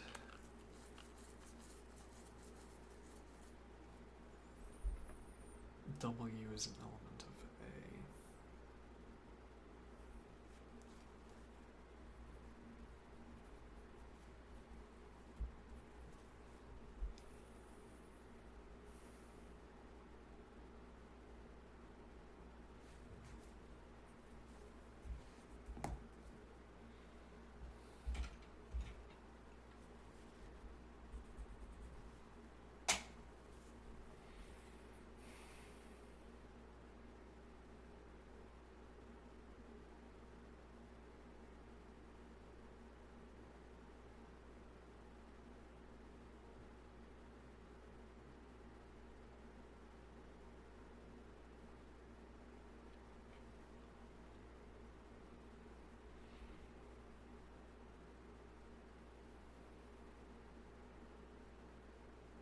So this is the expression, there exists a V such that the ordered pair VW is an element of R, and there exists a U such that the ordered pair UW is an element of R.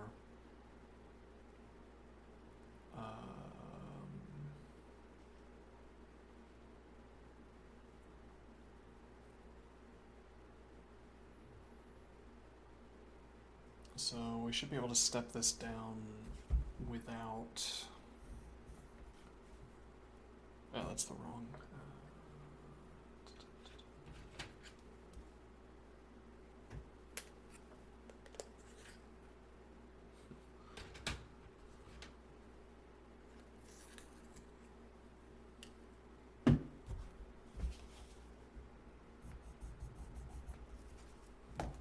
Should be able to step that down without dropping the biconditional.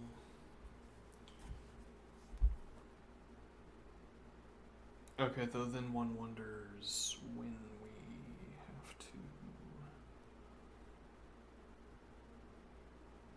drop the biconditional. Well, it wouldn't be on this end anyway. No, but the point is that it seems like we have a biconditional bridge back to the left-hand side of the expression.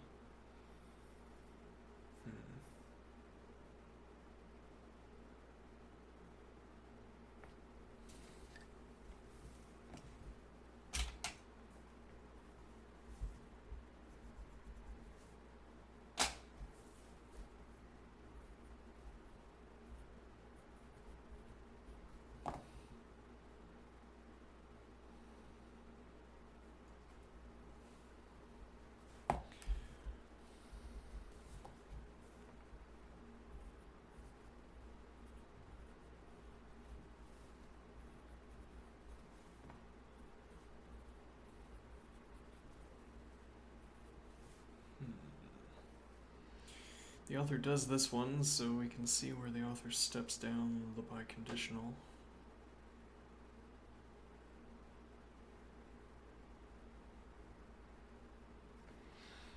I'm gonna take a break. Then we will return.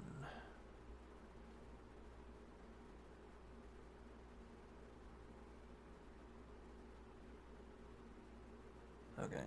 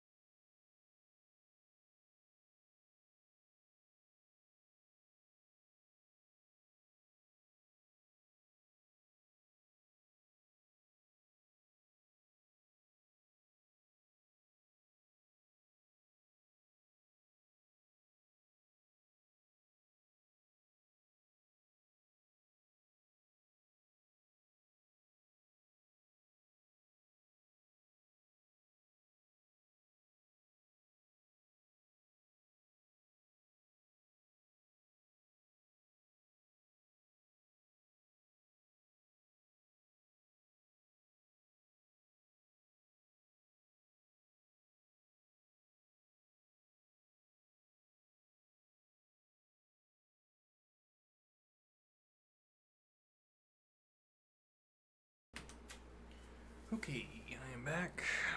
I have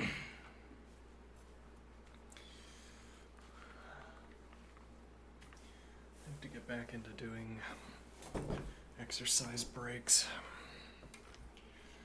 during this segment. But not today. Nope.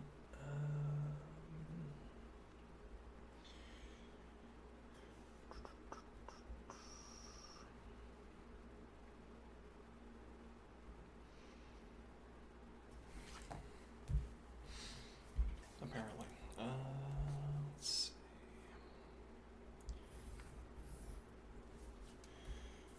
Alright, so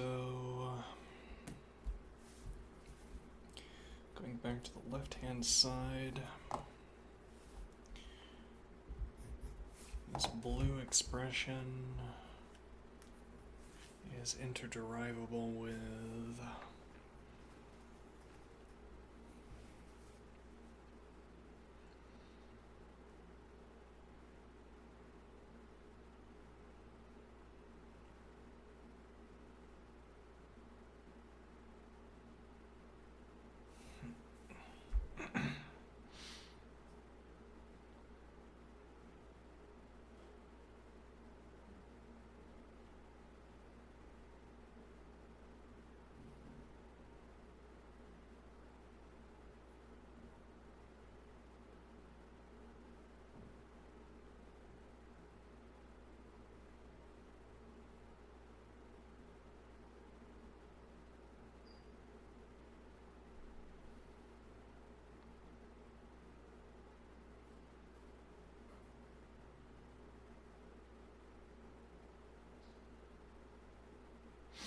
right, so interderivable with the expression there exists a t such that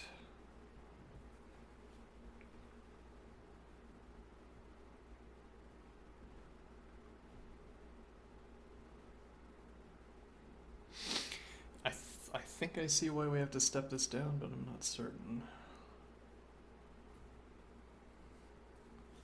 There exists a t such that the ordered pair ST is an element of R.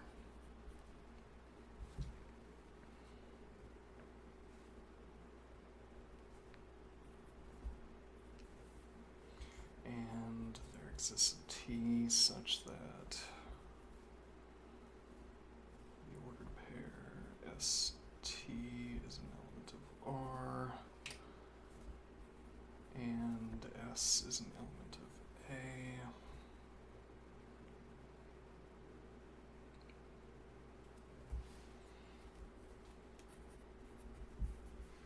Which is interderivable with the expression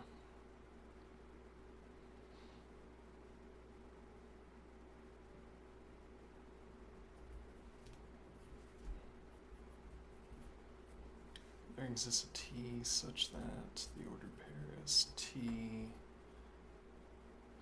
So I think this is where we would have our forward derivation.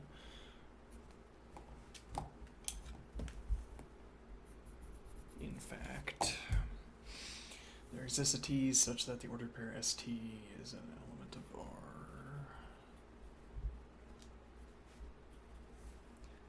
And T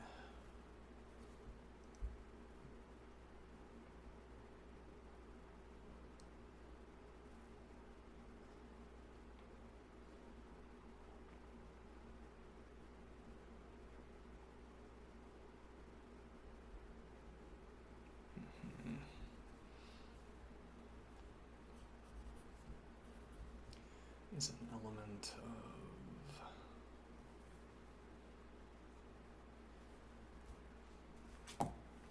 R double quote A.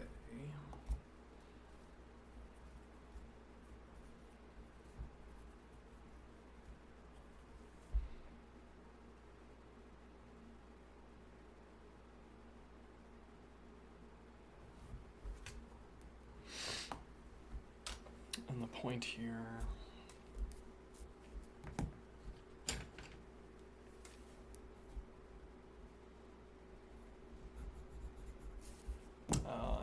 over the point at the end, the observation here at the end. Let's see. And this is interderivable with the expression.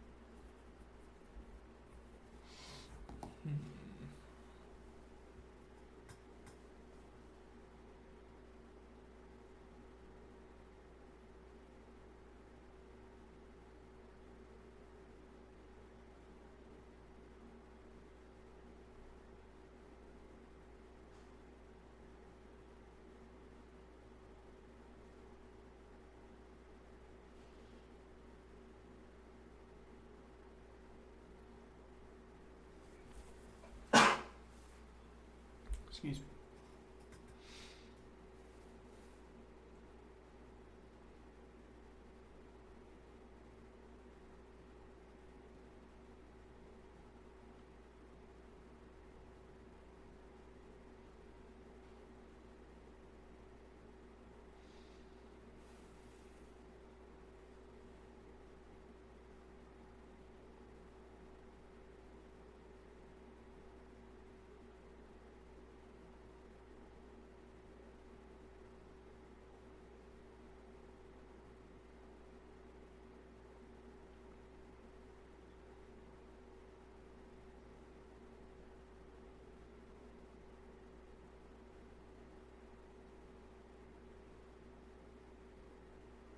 Wouldn't this actually get me that S is an element of...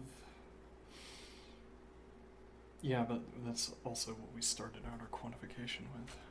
Indeed.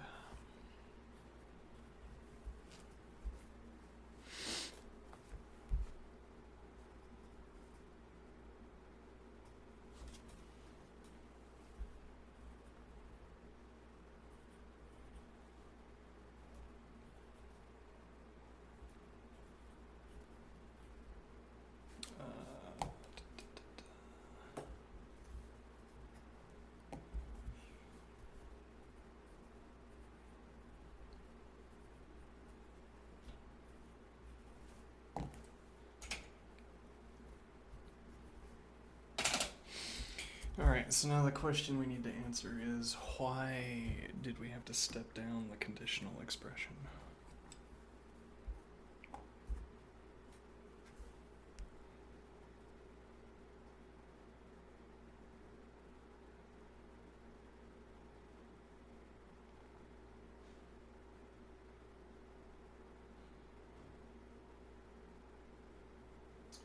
And that would be because of this quantification here.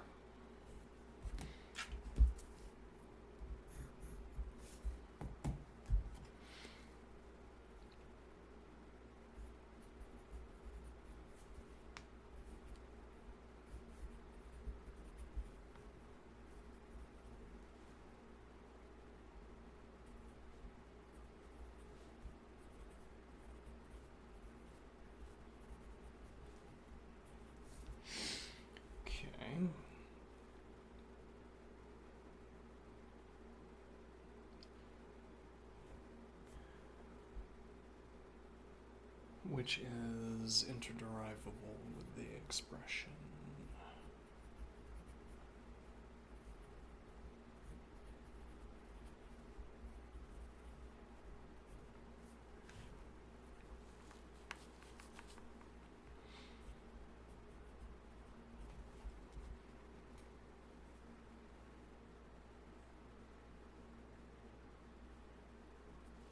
Maybe makes this an R, I guess.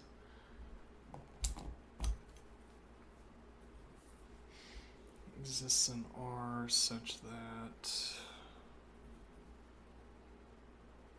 the ordered pair T R RT. Rather.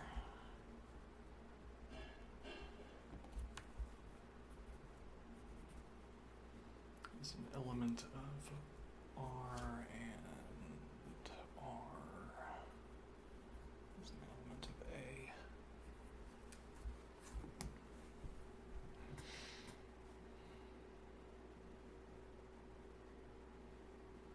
We can't get back to this S.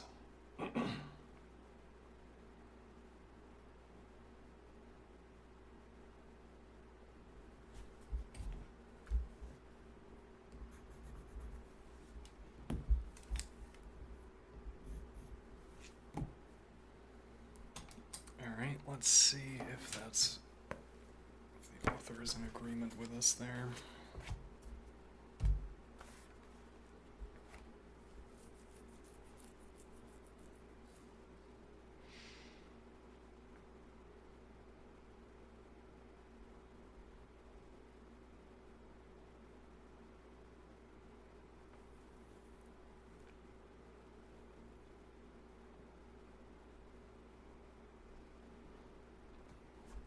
So what the author did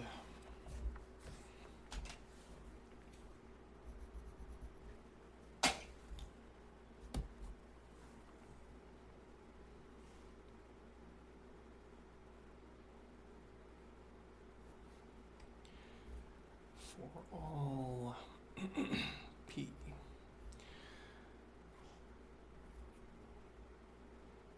P is an element of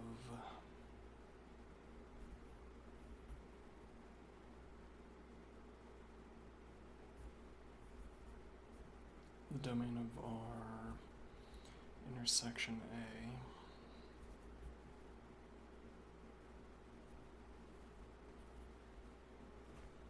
is interderivable with the expression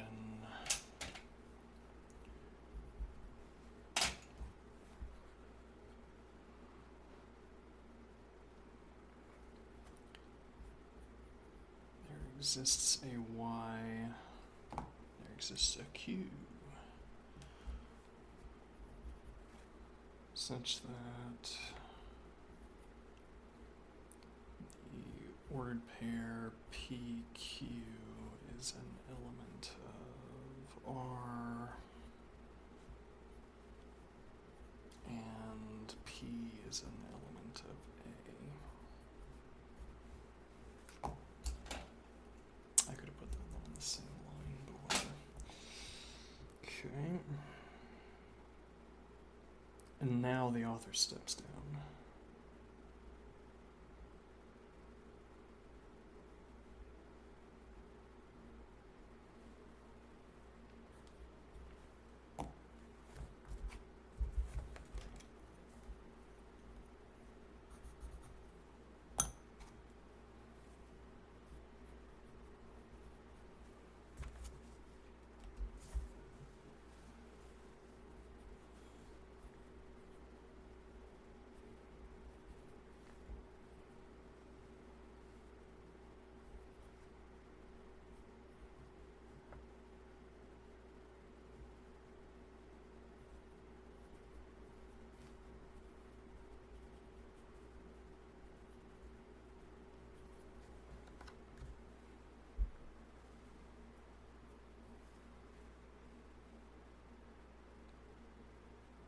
Um,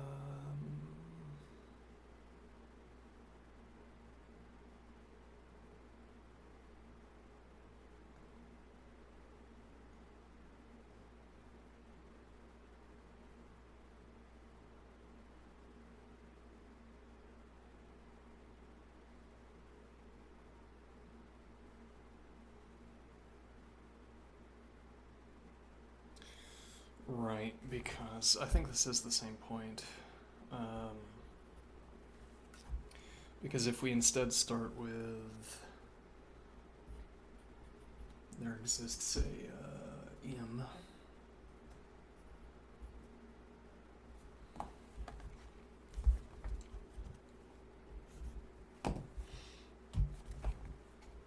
There exists an M such that the ordered pair PM is an element of R, and M is an element of R double quote A. This will be interderivable with the expression.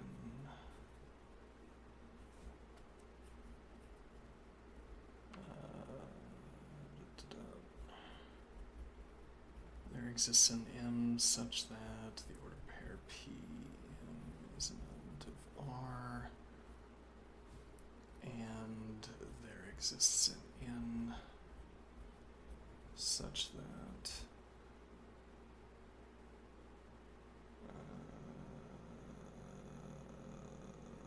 the ordered pair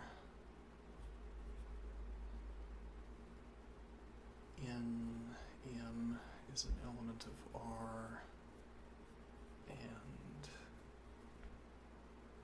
N rather is an element of A.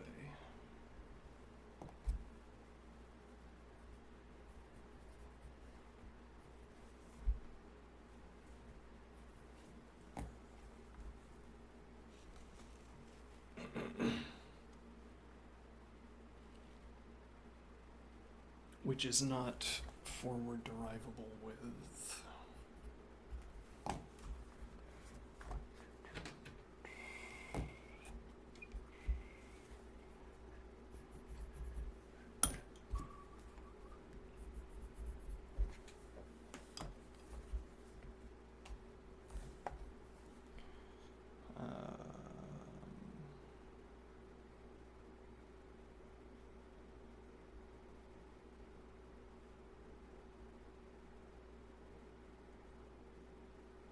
well, we'd be trying to take a step back to,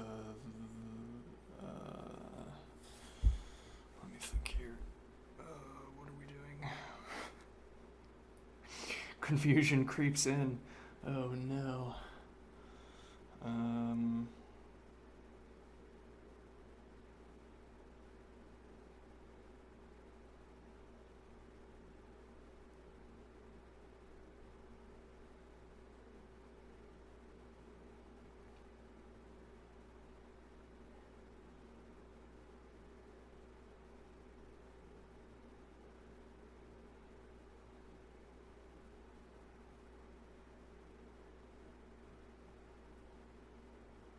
The point is that we can't get P back.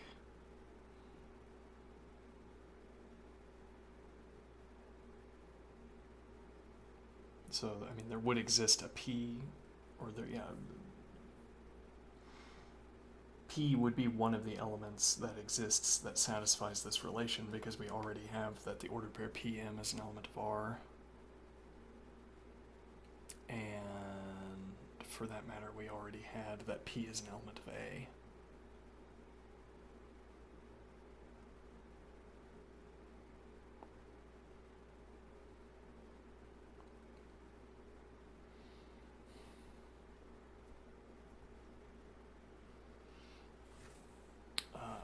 So we can't step back to saying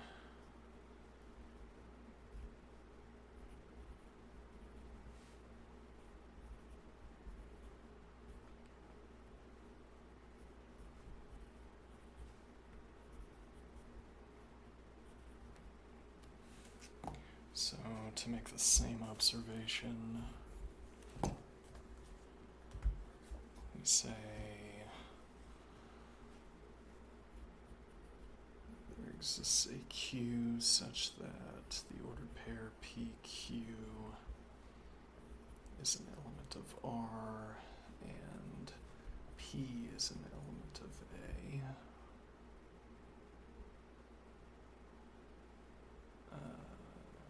Gives us forward derivability with the expression.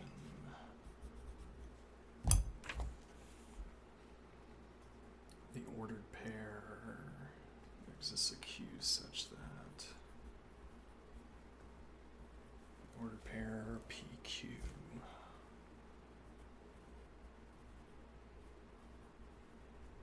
is an element of R and Q is an element of R double quote A,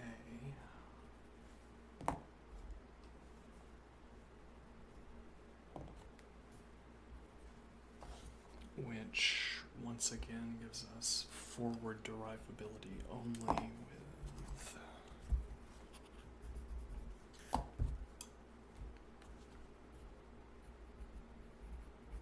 there exists a Q such that the ordered pair PQ is an element of R, and there exists R, there exists L such that the ordered pair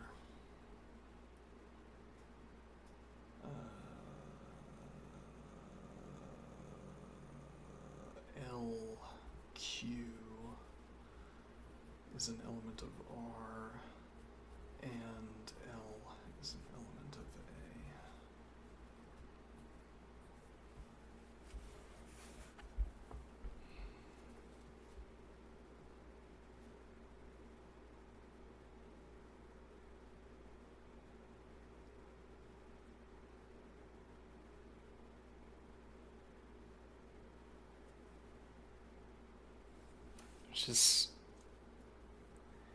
It's a little bit like saying that this is not an information preserving transformation. Interestingly, we established that in an earlier theorem.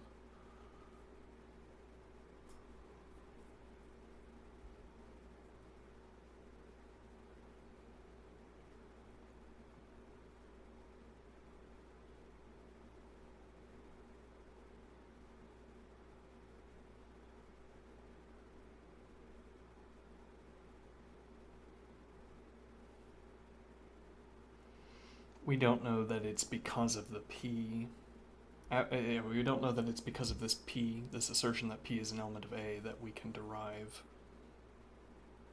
After we get to this point in the expression, we don't know that it was from this P as an element of A that we derived this expression that Q is an element of R, or term that Q is an element of R double quote A.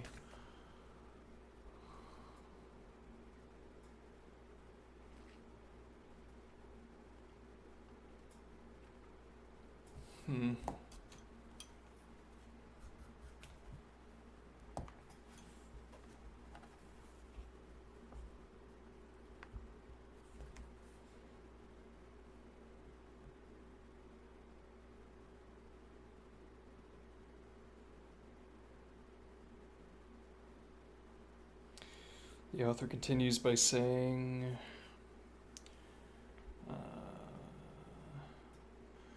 the particular sets R1, A1, and B1 show why inclusion cannot be replaced by identity, and why the equivalence in line 1 of the proof must be weakened to an implication in line 2. Okay, but as elsewhere, I don't care. Alright. Or rather, as elsewhere, we're going to get there with syntax and not by object examples.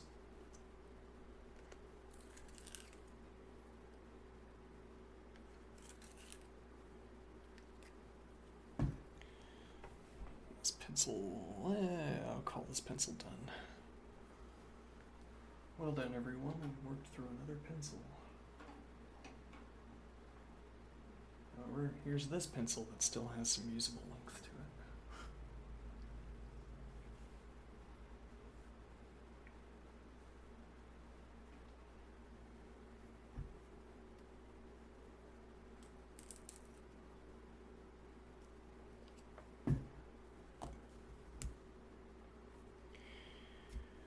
All right.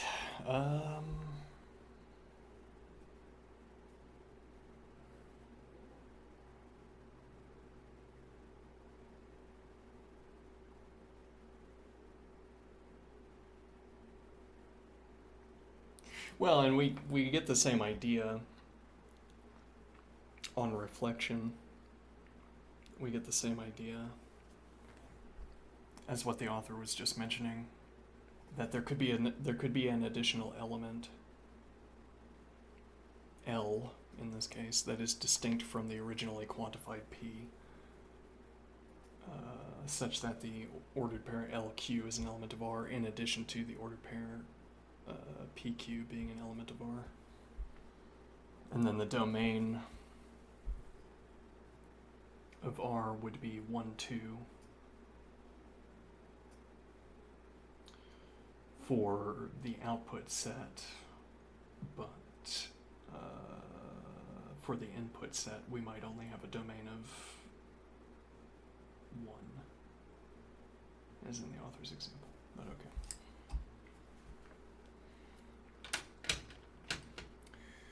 What time is it? Alright, we have about 10 minutes. I've been working through software foundations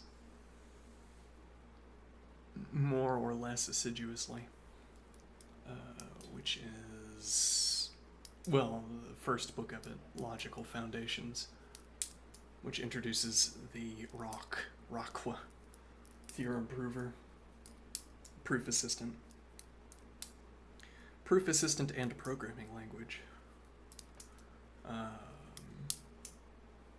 in the hopes that the book would be more informative than the book series. Software Foundations would be more informative than the books that introduce Lean. I still want to learn Lean,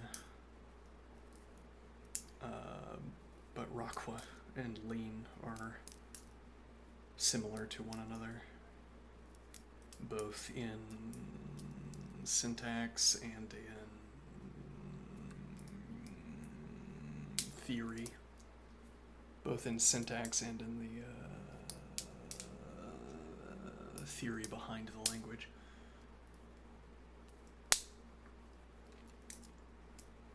So I'm still putting in hours off stream. I just am not feeling motivated to stream those endeavors.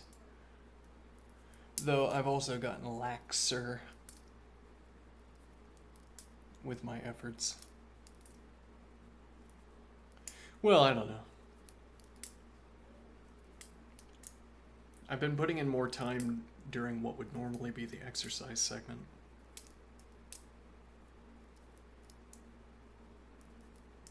But yeah, I've gotten a little bit laxer with my time expenditure now that I no longer have an imagined audience judging me for taking breaks.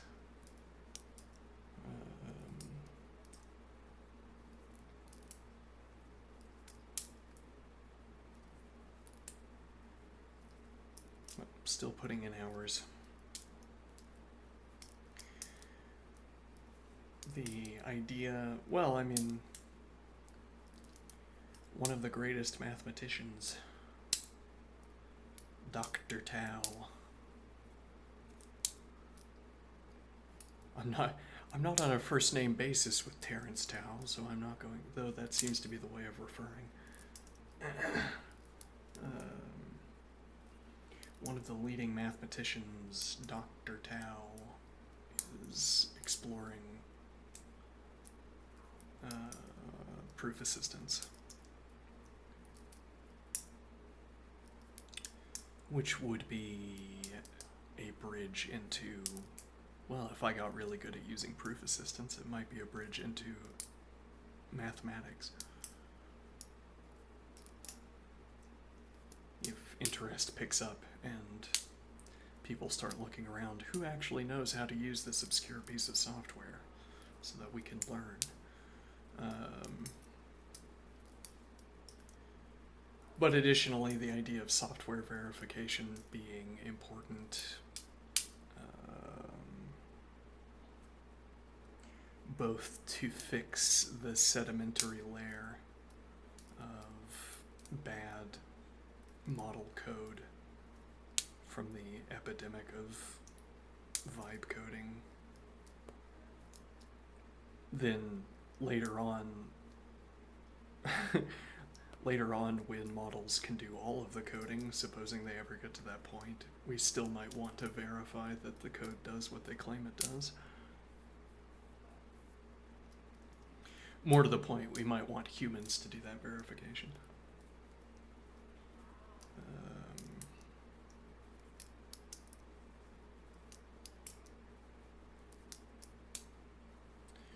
So, still focused, still directed.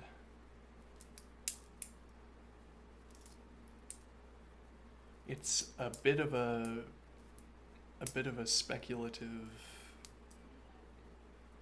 choice.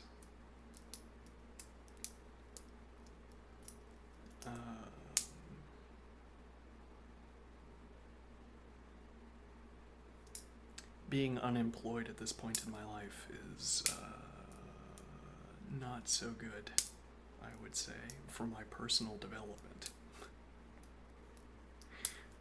I'd say it's soul-crushing.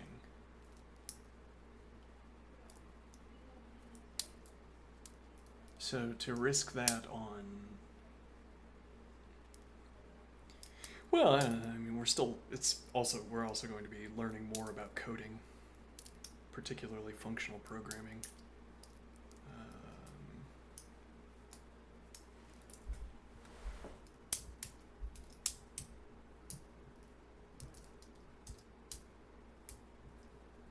So, improving at coding, learning all these new skills every day.